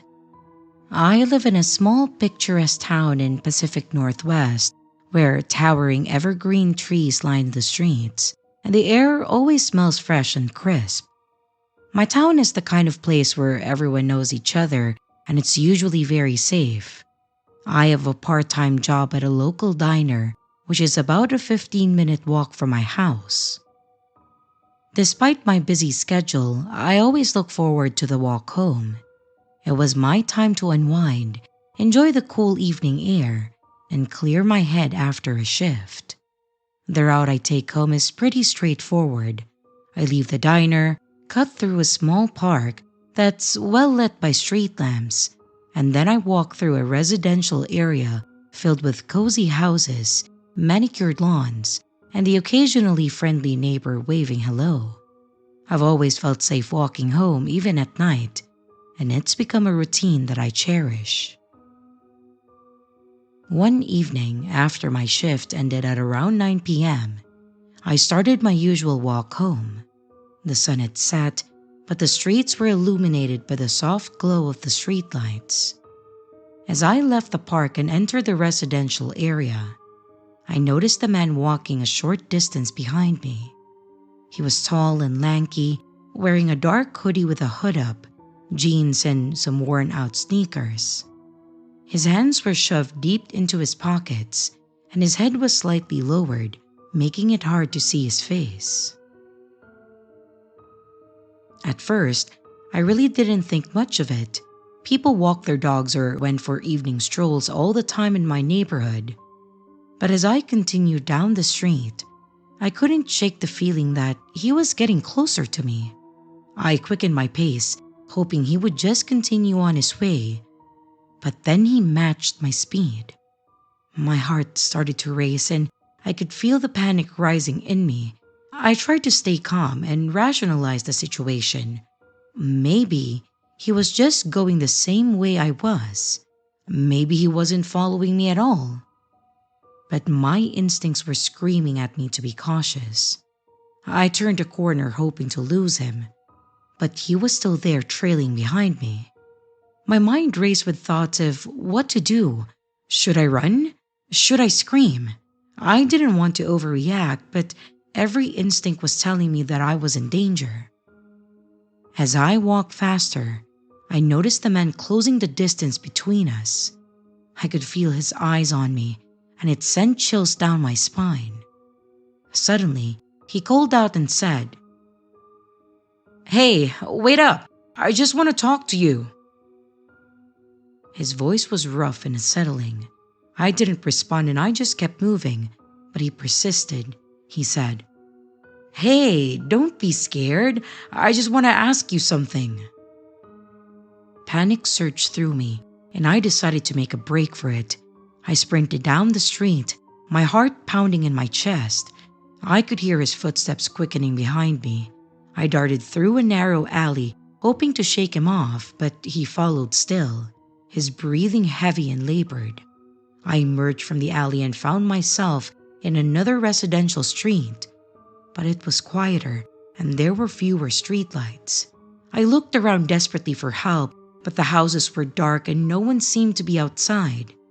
I spotted a convenience store at the end of the street and I made a beeline for it, hoping that it was still open. As I neared the store, I glanced over my shoulder and I saw the man still pursuing me, his face now visible under the streetlights. His eyes were wild and his mouth was twisted into a sinister grin. I burst into the convenience store, startling the cashier who was stocking shelves. "Please, help me! Someone's following me!" I gasped, my voice trembling. The cashier quickly locked the door and called the police. I hid behind the counter, peeking out to see if the man was still there. He had stopped outside the store, staring through the windows with a look of frustration. After a few tense moments, he turned and then walked away, disappearing into the night. The police arrived shortly afterward, and I gave them a description of the man and what had happened. They promised to patrol the area more frequently and advised me to be cautious. My parents were contacted, and then they came to pick me up. I could see the worry in their eyes as they hugged me tightly, and I felt a mix of relief and lingering fear. For weeks, I was terrified to walk home alone. My parents arranged for someone to pick me up after my shifts, and I couldn't help but look over my shoulder everywhere I went. The man never showed up again, but the fear remained. I kept seeing his face in my mind, and the memory of his sinister grin haunted me. One night, I was closing up at the diner when I noticed a familiar figure standing across the street. My blood ran cold as I recognized the man who had followed me. He was leaning against a lamppost, casually smoking a cigarette, his eyes fixed on the diner. I quickly locked the door and then called my dad, who told me to stay put and that he was on his way. As I waited, I tried to keep an eye on the man without drawing attention to myself. He seemed more relaxed this time, almost as if he was toying with me. My dad arrived within minutes, and the man disappeared again before the police could be called. The following day, my parents and I went to the police station to update the report. The officers assured us that they would increase their patrols, but there wasn't much that they could do without more information. I felt helpless and frustrated, but I knew I had to be strong and vigilant. I changed my routine, taking different routes home and always making sure that I was with someone I trusted. My friends and co-workers were supportive, and they helped me feel more secure. I also started carrying pepper spray and took a self-defense class to feel more prepared. Despite these precautions, I just couldn't shake the feeling of being watched. Every time I saw a shadow or heard footsteps behind me, my heart would race and I'd be on high alert. I became more cautious about what I shared on social media, not wanting to give away any information about my whereabouts.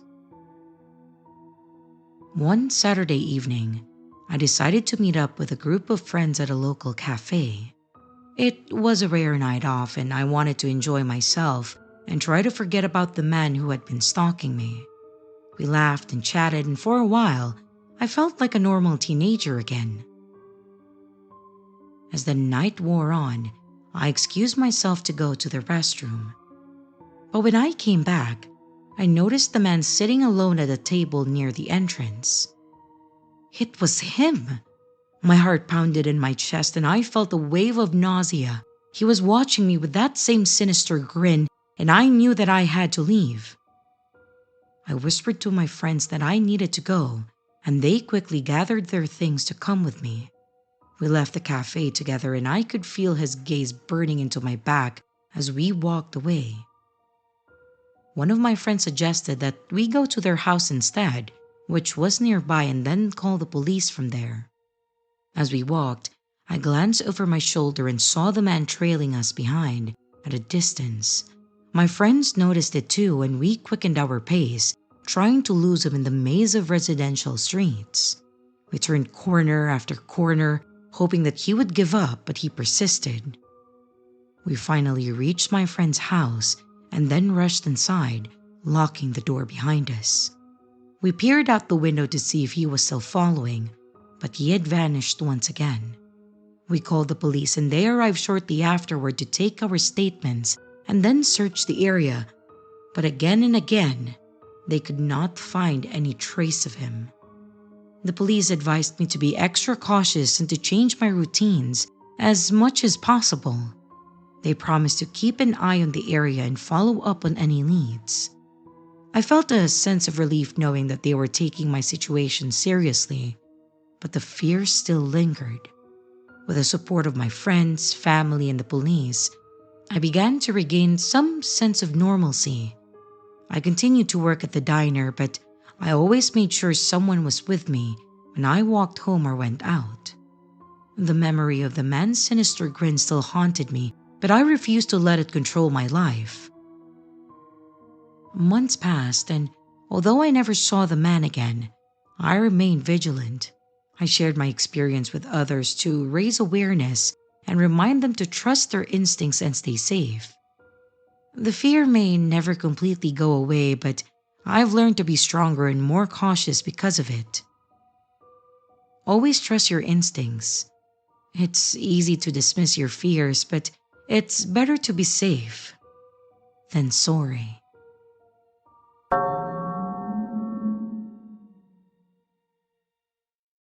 Hi everyone. This is something that happened to me that has deeply shaken me, but I would like to get it off my chest, so here it goes. I'm Lisa, and I'm using a fake name, but I'm a 22-year-old social media influencer. I live in an upscale home in a quiet neighborhood. I don't want to share the location or even an idea of where it is because I'm just scared. My life might have looked perfect online, but the truth is far from it. I wanted to share my story to remind everyone to be careful about what they share or post online and who they trust.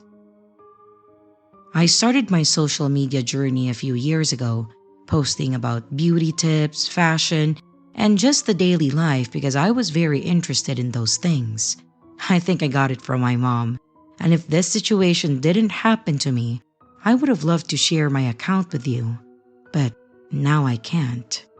I started small, of course, but my following grew rapidly, and I started to make a decent living from sponsorships and ads. It was a dream come true to be able to do the things I love and to earn from it at the same time.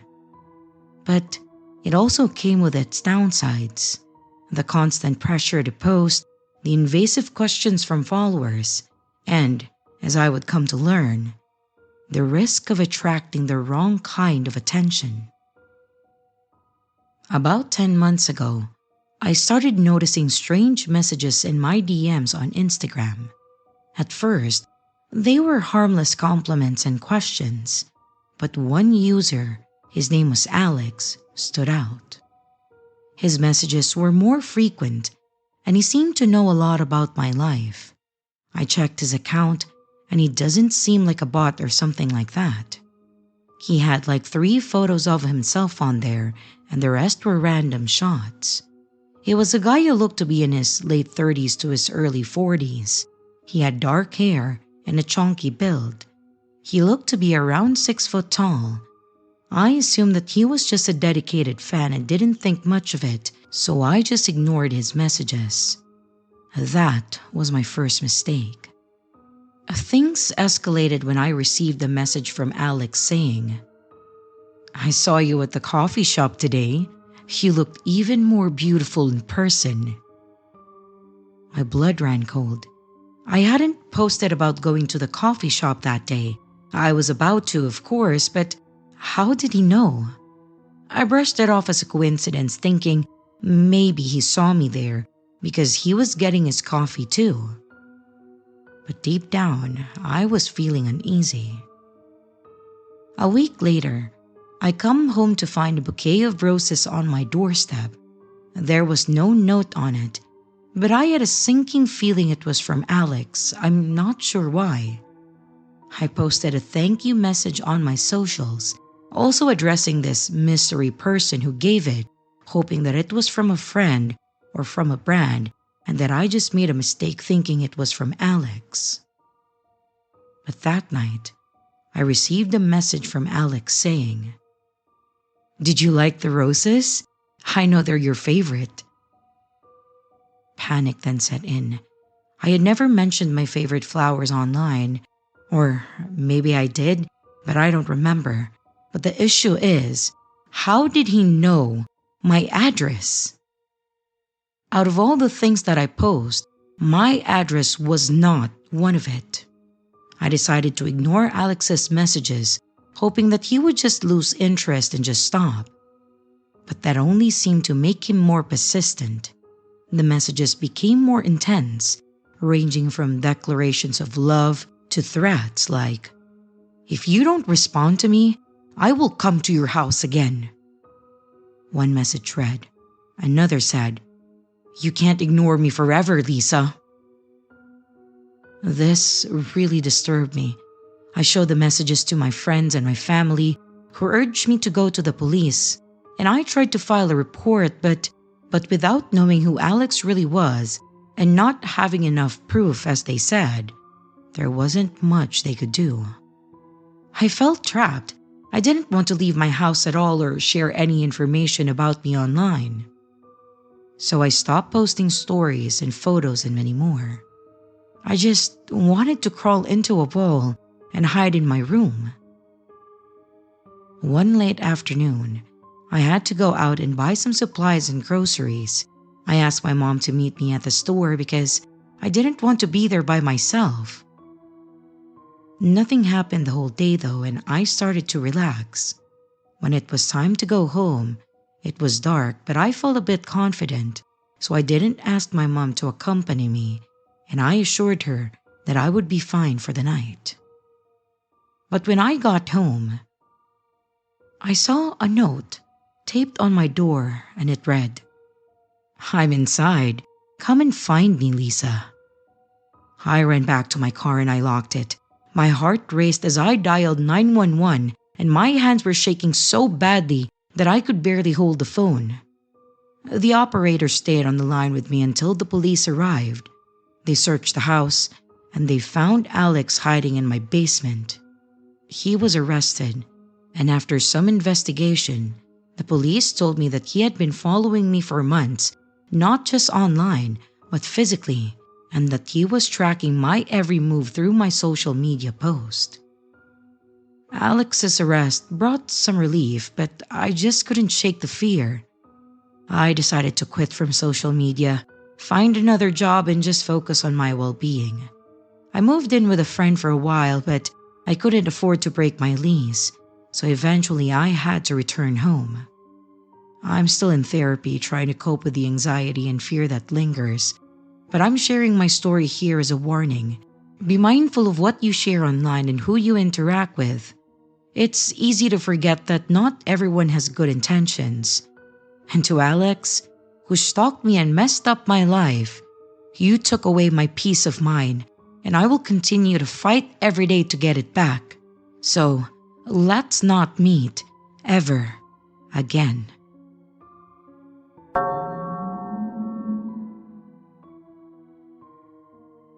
I used to work at a certain 24-hour diner that serves waffles. The House of Waffles, if you will. And honestly, it was probably one of the best jobs that I have ever had. I worked the night shift, and the manager on that shift was super laid back. So as long as we kept the line clean and the customers happy, we were pretty well allowed to do whatever we wanted. Of course, within reason. On the night where this happened, it was a rather busy and stressful night, which did happen from time to time. I just come off my shift, so it was around 3 in the morning, I believe. And after having served about 150 waffles that night, I was pretty well ready to get home and then go to bed. The employee parking lot was a small cramped space off to the back of the diner. It was large enough for only a few cars, and if you worked a full shift, you usually had to park in the front of the building. I had gotten one of the closer spots in the back lot. It was a bit tucked off at the side and a bit darker than the rest of the lot. But it felt secure enough. Plus, it was an employee lot, so it was surely safer than being out in the main lot with everyone else, right? Yeah, that was the night that I learned that was completely wrong. As I approached my car, keys in hand, ready to hit the unlock button, hop in and then head home, I noticed something odd. There was another car that was haphazardly parked in the employee lot. Like they weren't parked in the lot, but off to the side and behind another person's car.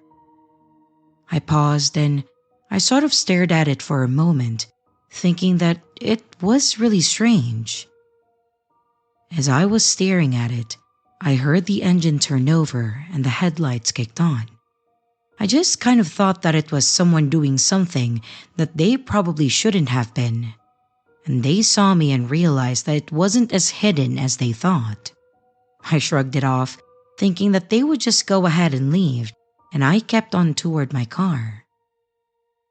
As I got to my car, I reached my hand in my pocket to grab my phone, only to realize that I didn't have it. I had accidentally left it inside. I huffed a bit at my stupidity, shut my door, and started back toward the back entrance of the restaurant. As I was walking back, out of the corner of my eye, I noticed the man getting out of his car that was now sitting there idling. I only saw him out of the corner of my eye, but I knew that he was there. I knew that he was walking toward me, and I was now extremely nervous. I picked up my pace, but the man started shouting for me to hold on, that he wanted to talk to me. He was, unfortunately, faster than I was, and he caught up to me, grabbing my arm. As he grabbed me, I started screaming and I reached out and banged on the back of the door as hard as I could, trying to pull away from his grip. I kept screaming and trying to hit or kick the door to get anyone's attention, but he kept pulling me away from the door, and I was near certain that this was the end for me. This guy was going to get me in his car and then drive off. Thankfully, that wasn't what happened, and my banging on the door was enough to catch the attention of our cook. To describe our cook is to describe the most intimidating man that I have ever seen, though, knowing him, I know that he's also the most kind-hearted giant ever. Andre was a 6.5-foot tall man that had to be around 300 pounds, and while Andre had a bit of fat on him from eating the food at our diner, he also liked to hit the weights, and under that slight chubbiness was a ton of muscle. So when he threw the door open and was holding a hammer and then came out shouting at the man that had a hold of me, we both jumped. The man took one look at Andre, let me go, and then made a mad dash back towards his car. Andre took off toward the car as the guy started to reverse out as fast as he could. I then witnessed what was probably the most terrifying thing that I have ever seen. I watched as Andre pulled his arm back and threw the hammer at the windshield. And I swear, that hammer went through the damn glass and hit the guy in the face. It definitely broke it. If not all the way, he now had a massive crushed spot on the windshield.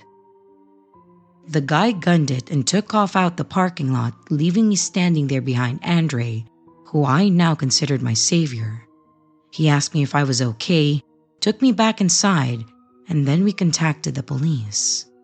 This was the day that we all learned that the cameras in the back lot, the employee lot, didn't work. They had apparently stopped working at some point in the last year, and the owner never bothered to get them fixed. He did though after this, but it was a little too late for that. I was given a few days off after this, and when I came back, I was told to park in the closest spot, and the manager implemented a new rule that no one was allowed to walk to their cars alone. Someone had to, at the very least, be at the door and watch them get in their car at the end of the shift. I don't work there anymore. Andre does, and he's officially my best friend at this point because that man most likely saved my life. And watching him throw a hammer through a windshield was something else. I have no idea if they caught the guy, but I never heard from them. If nothing else, hopefully Andre scared the hell out of them, and they learned their lesson.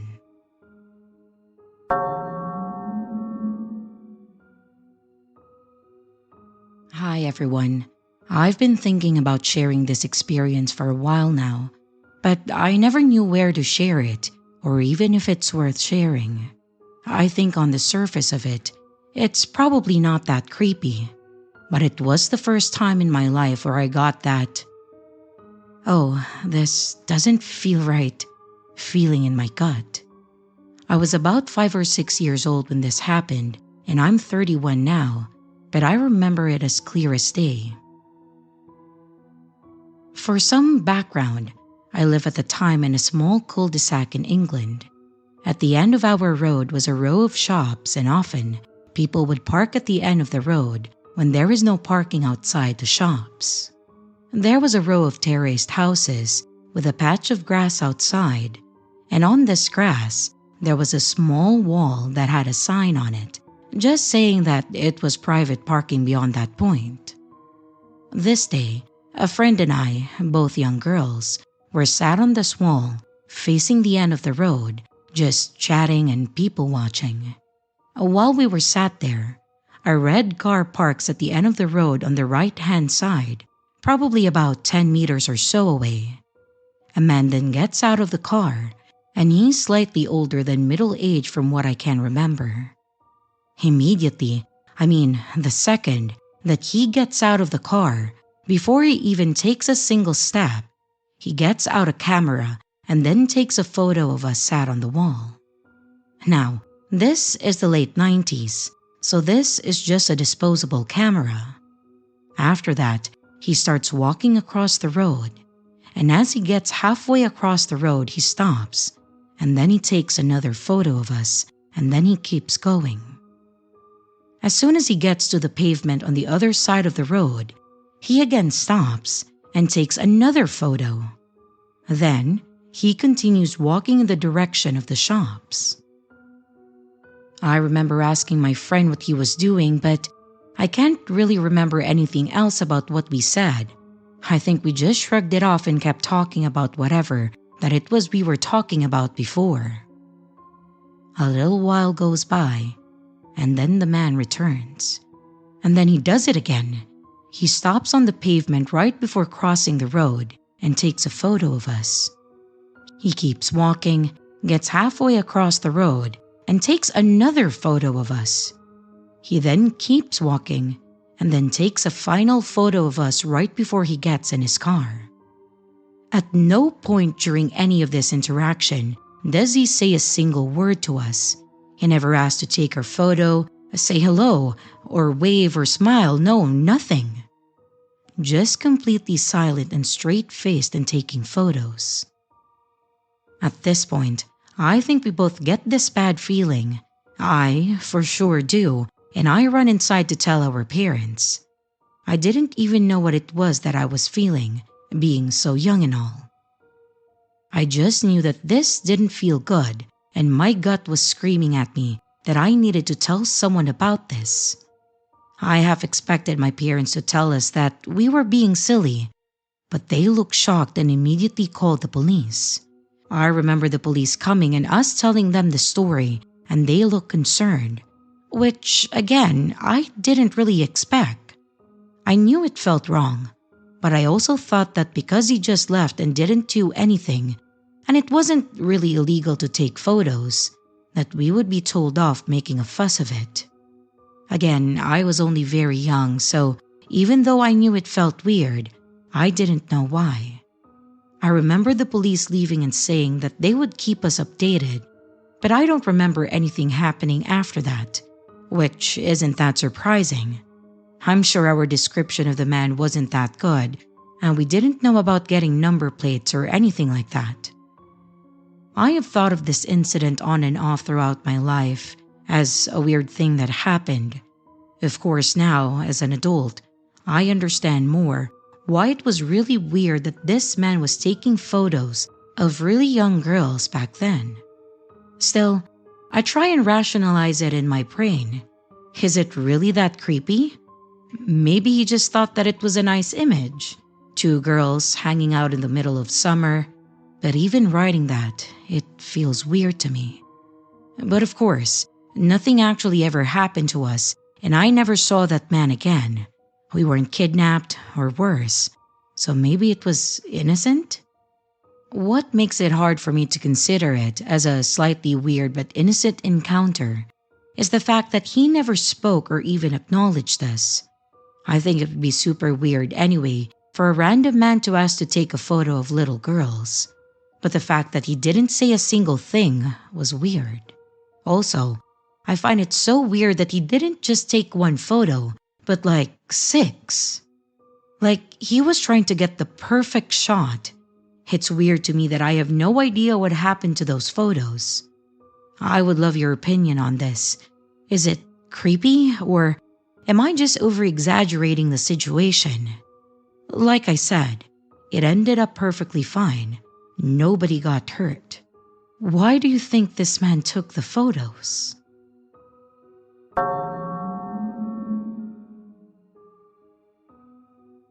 I'm a 28-year-old female who lives in a small town called Fairview, nestled near the Mississippi River in the Midwest.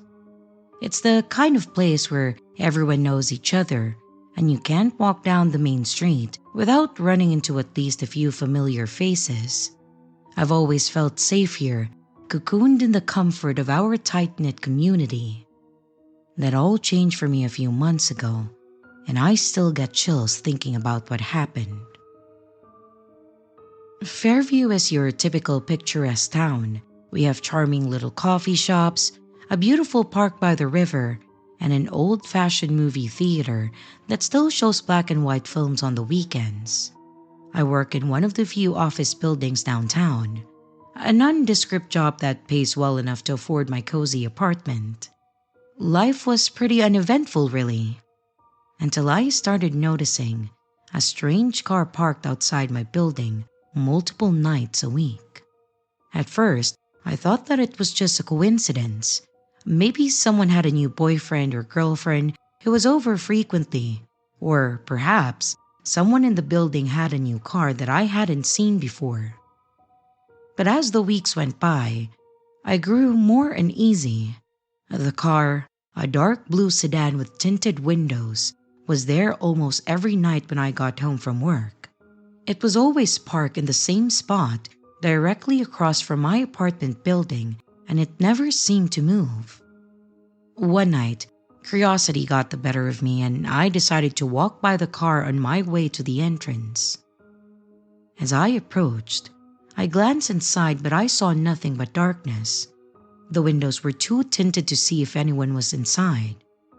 But a chill suddenly ran down my spine and I quickly made my way inside, locking my door behind me. A few days later, I was in the break room at work chatting with my friend Jenny. She noticed that I seemed distracted and asked what was wrong. I told her about the car and how uneasy it makes me feel. She said, "That sounds kind of creepy. Maybe you should report it to the police?" I sighed and said, "Maybe. I don't know. I'm not sure if there's even a problem. I don't know why it makes me uneasy. I just don't want to make a big deal out of nothing." That evening, as I walked to my car in the office parking lot, I felt a prickling sensation on the back of my neck, like someone was watching me. I glanced around, but I didn't see anyone. My heart raced as I hurried to my car and drove home, checking my rearview mirror the entire way. When I got home, the dark blue sedan was there again, parked in its usual spot. My hands trembled as I unlocked my apartment door and I bolted it behind me. I decided that it was time to call the police. The dispatcher was polite and took down all the details, but it was pretty obvious that they didn't take me seriously. I mean, it makes sense that there would be a car parked there. It was either a new car from my neighbor or just someone who's with them in general. But what doesn't make sense is how disturbed or uncomfortable it made me.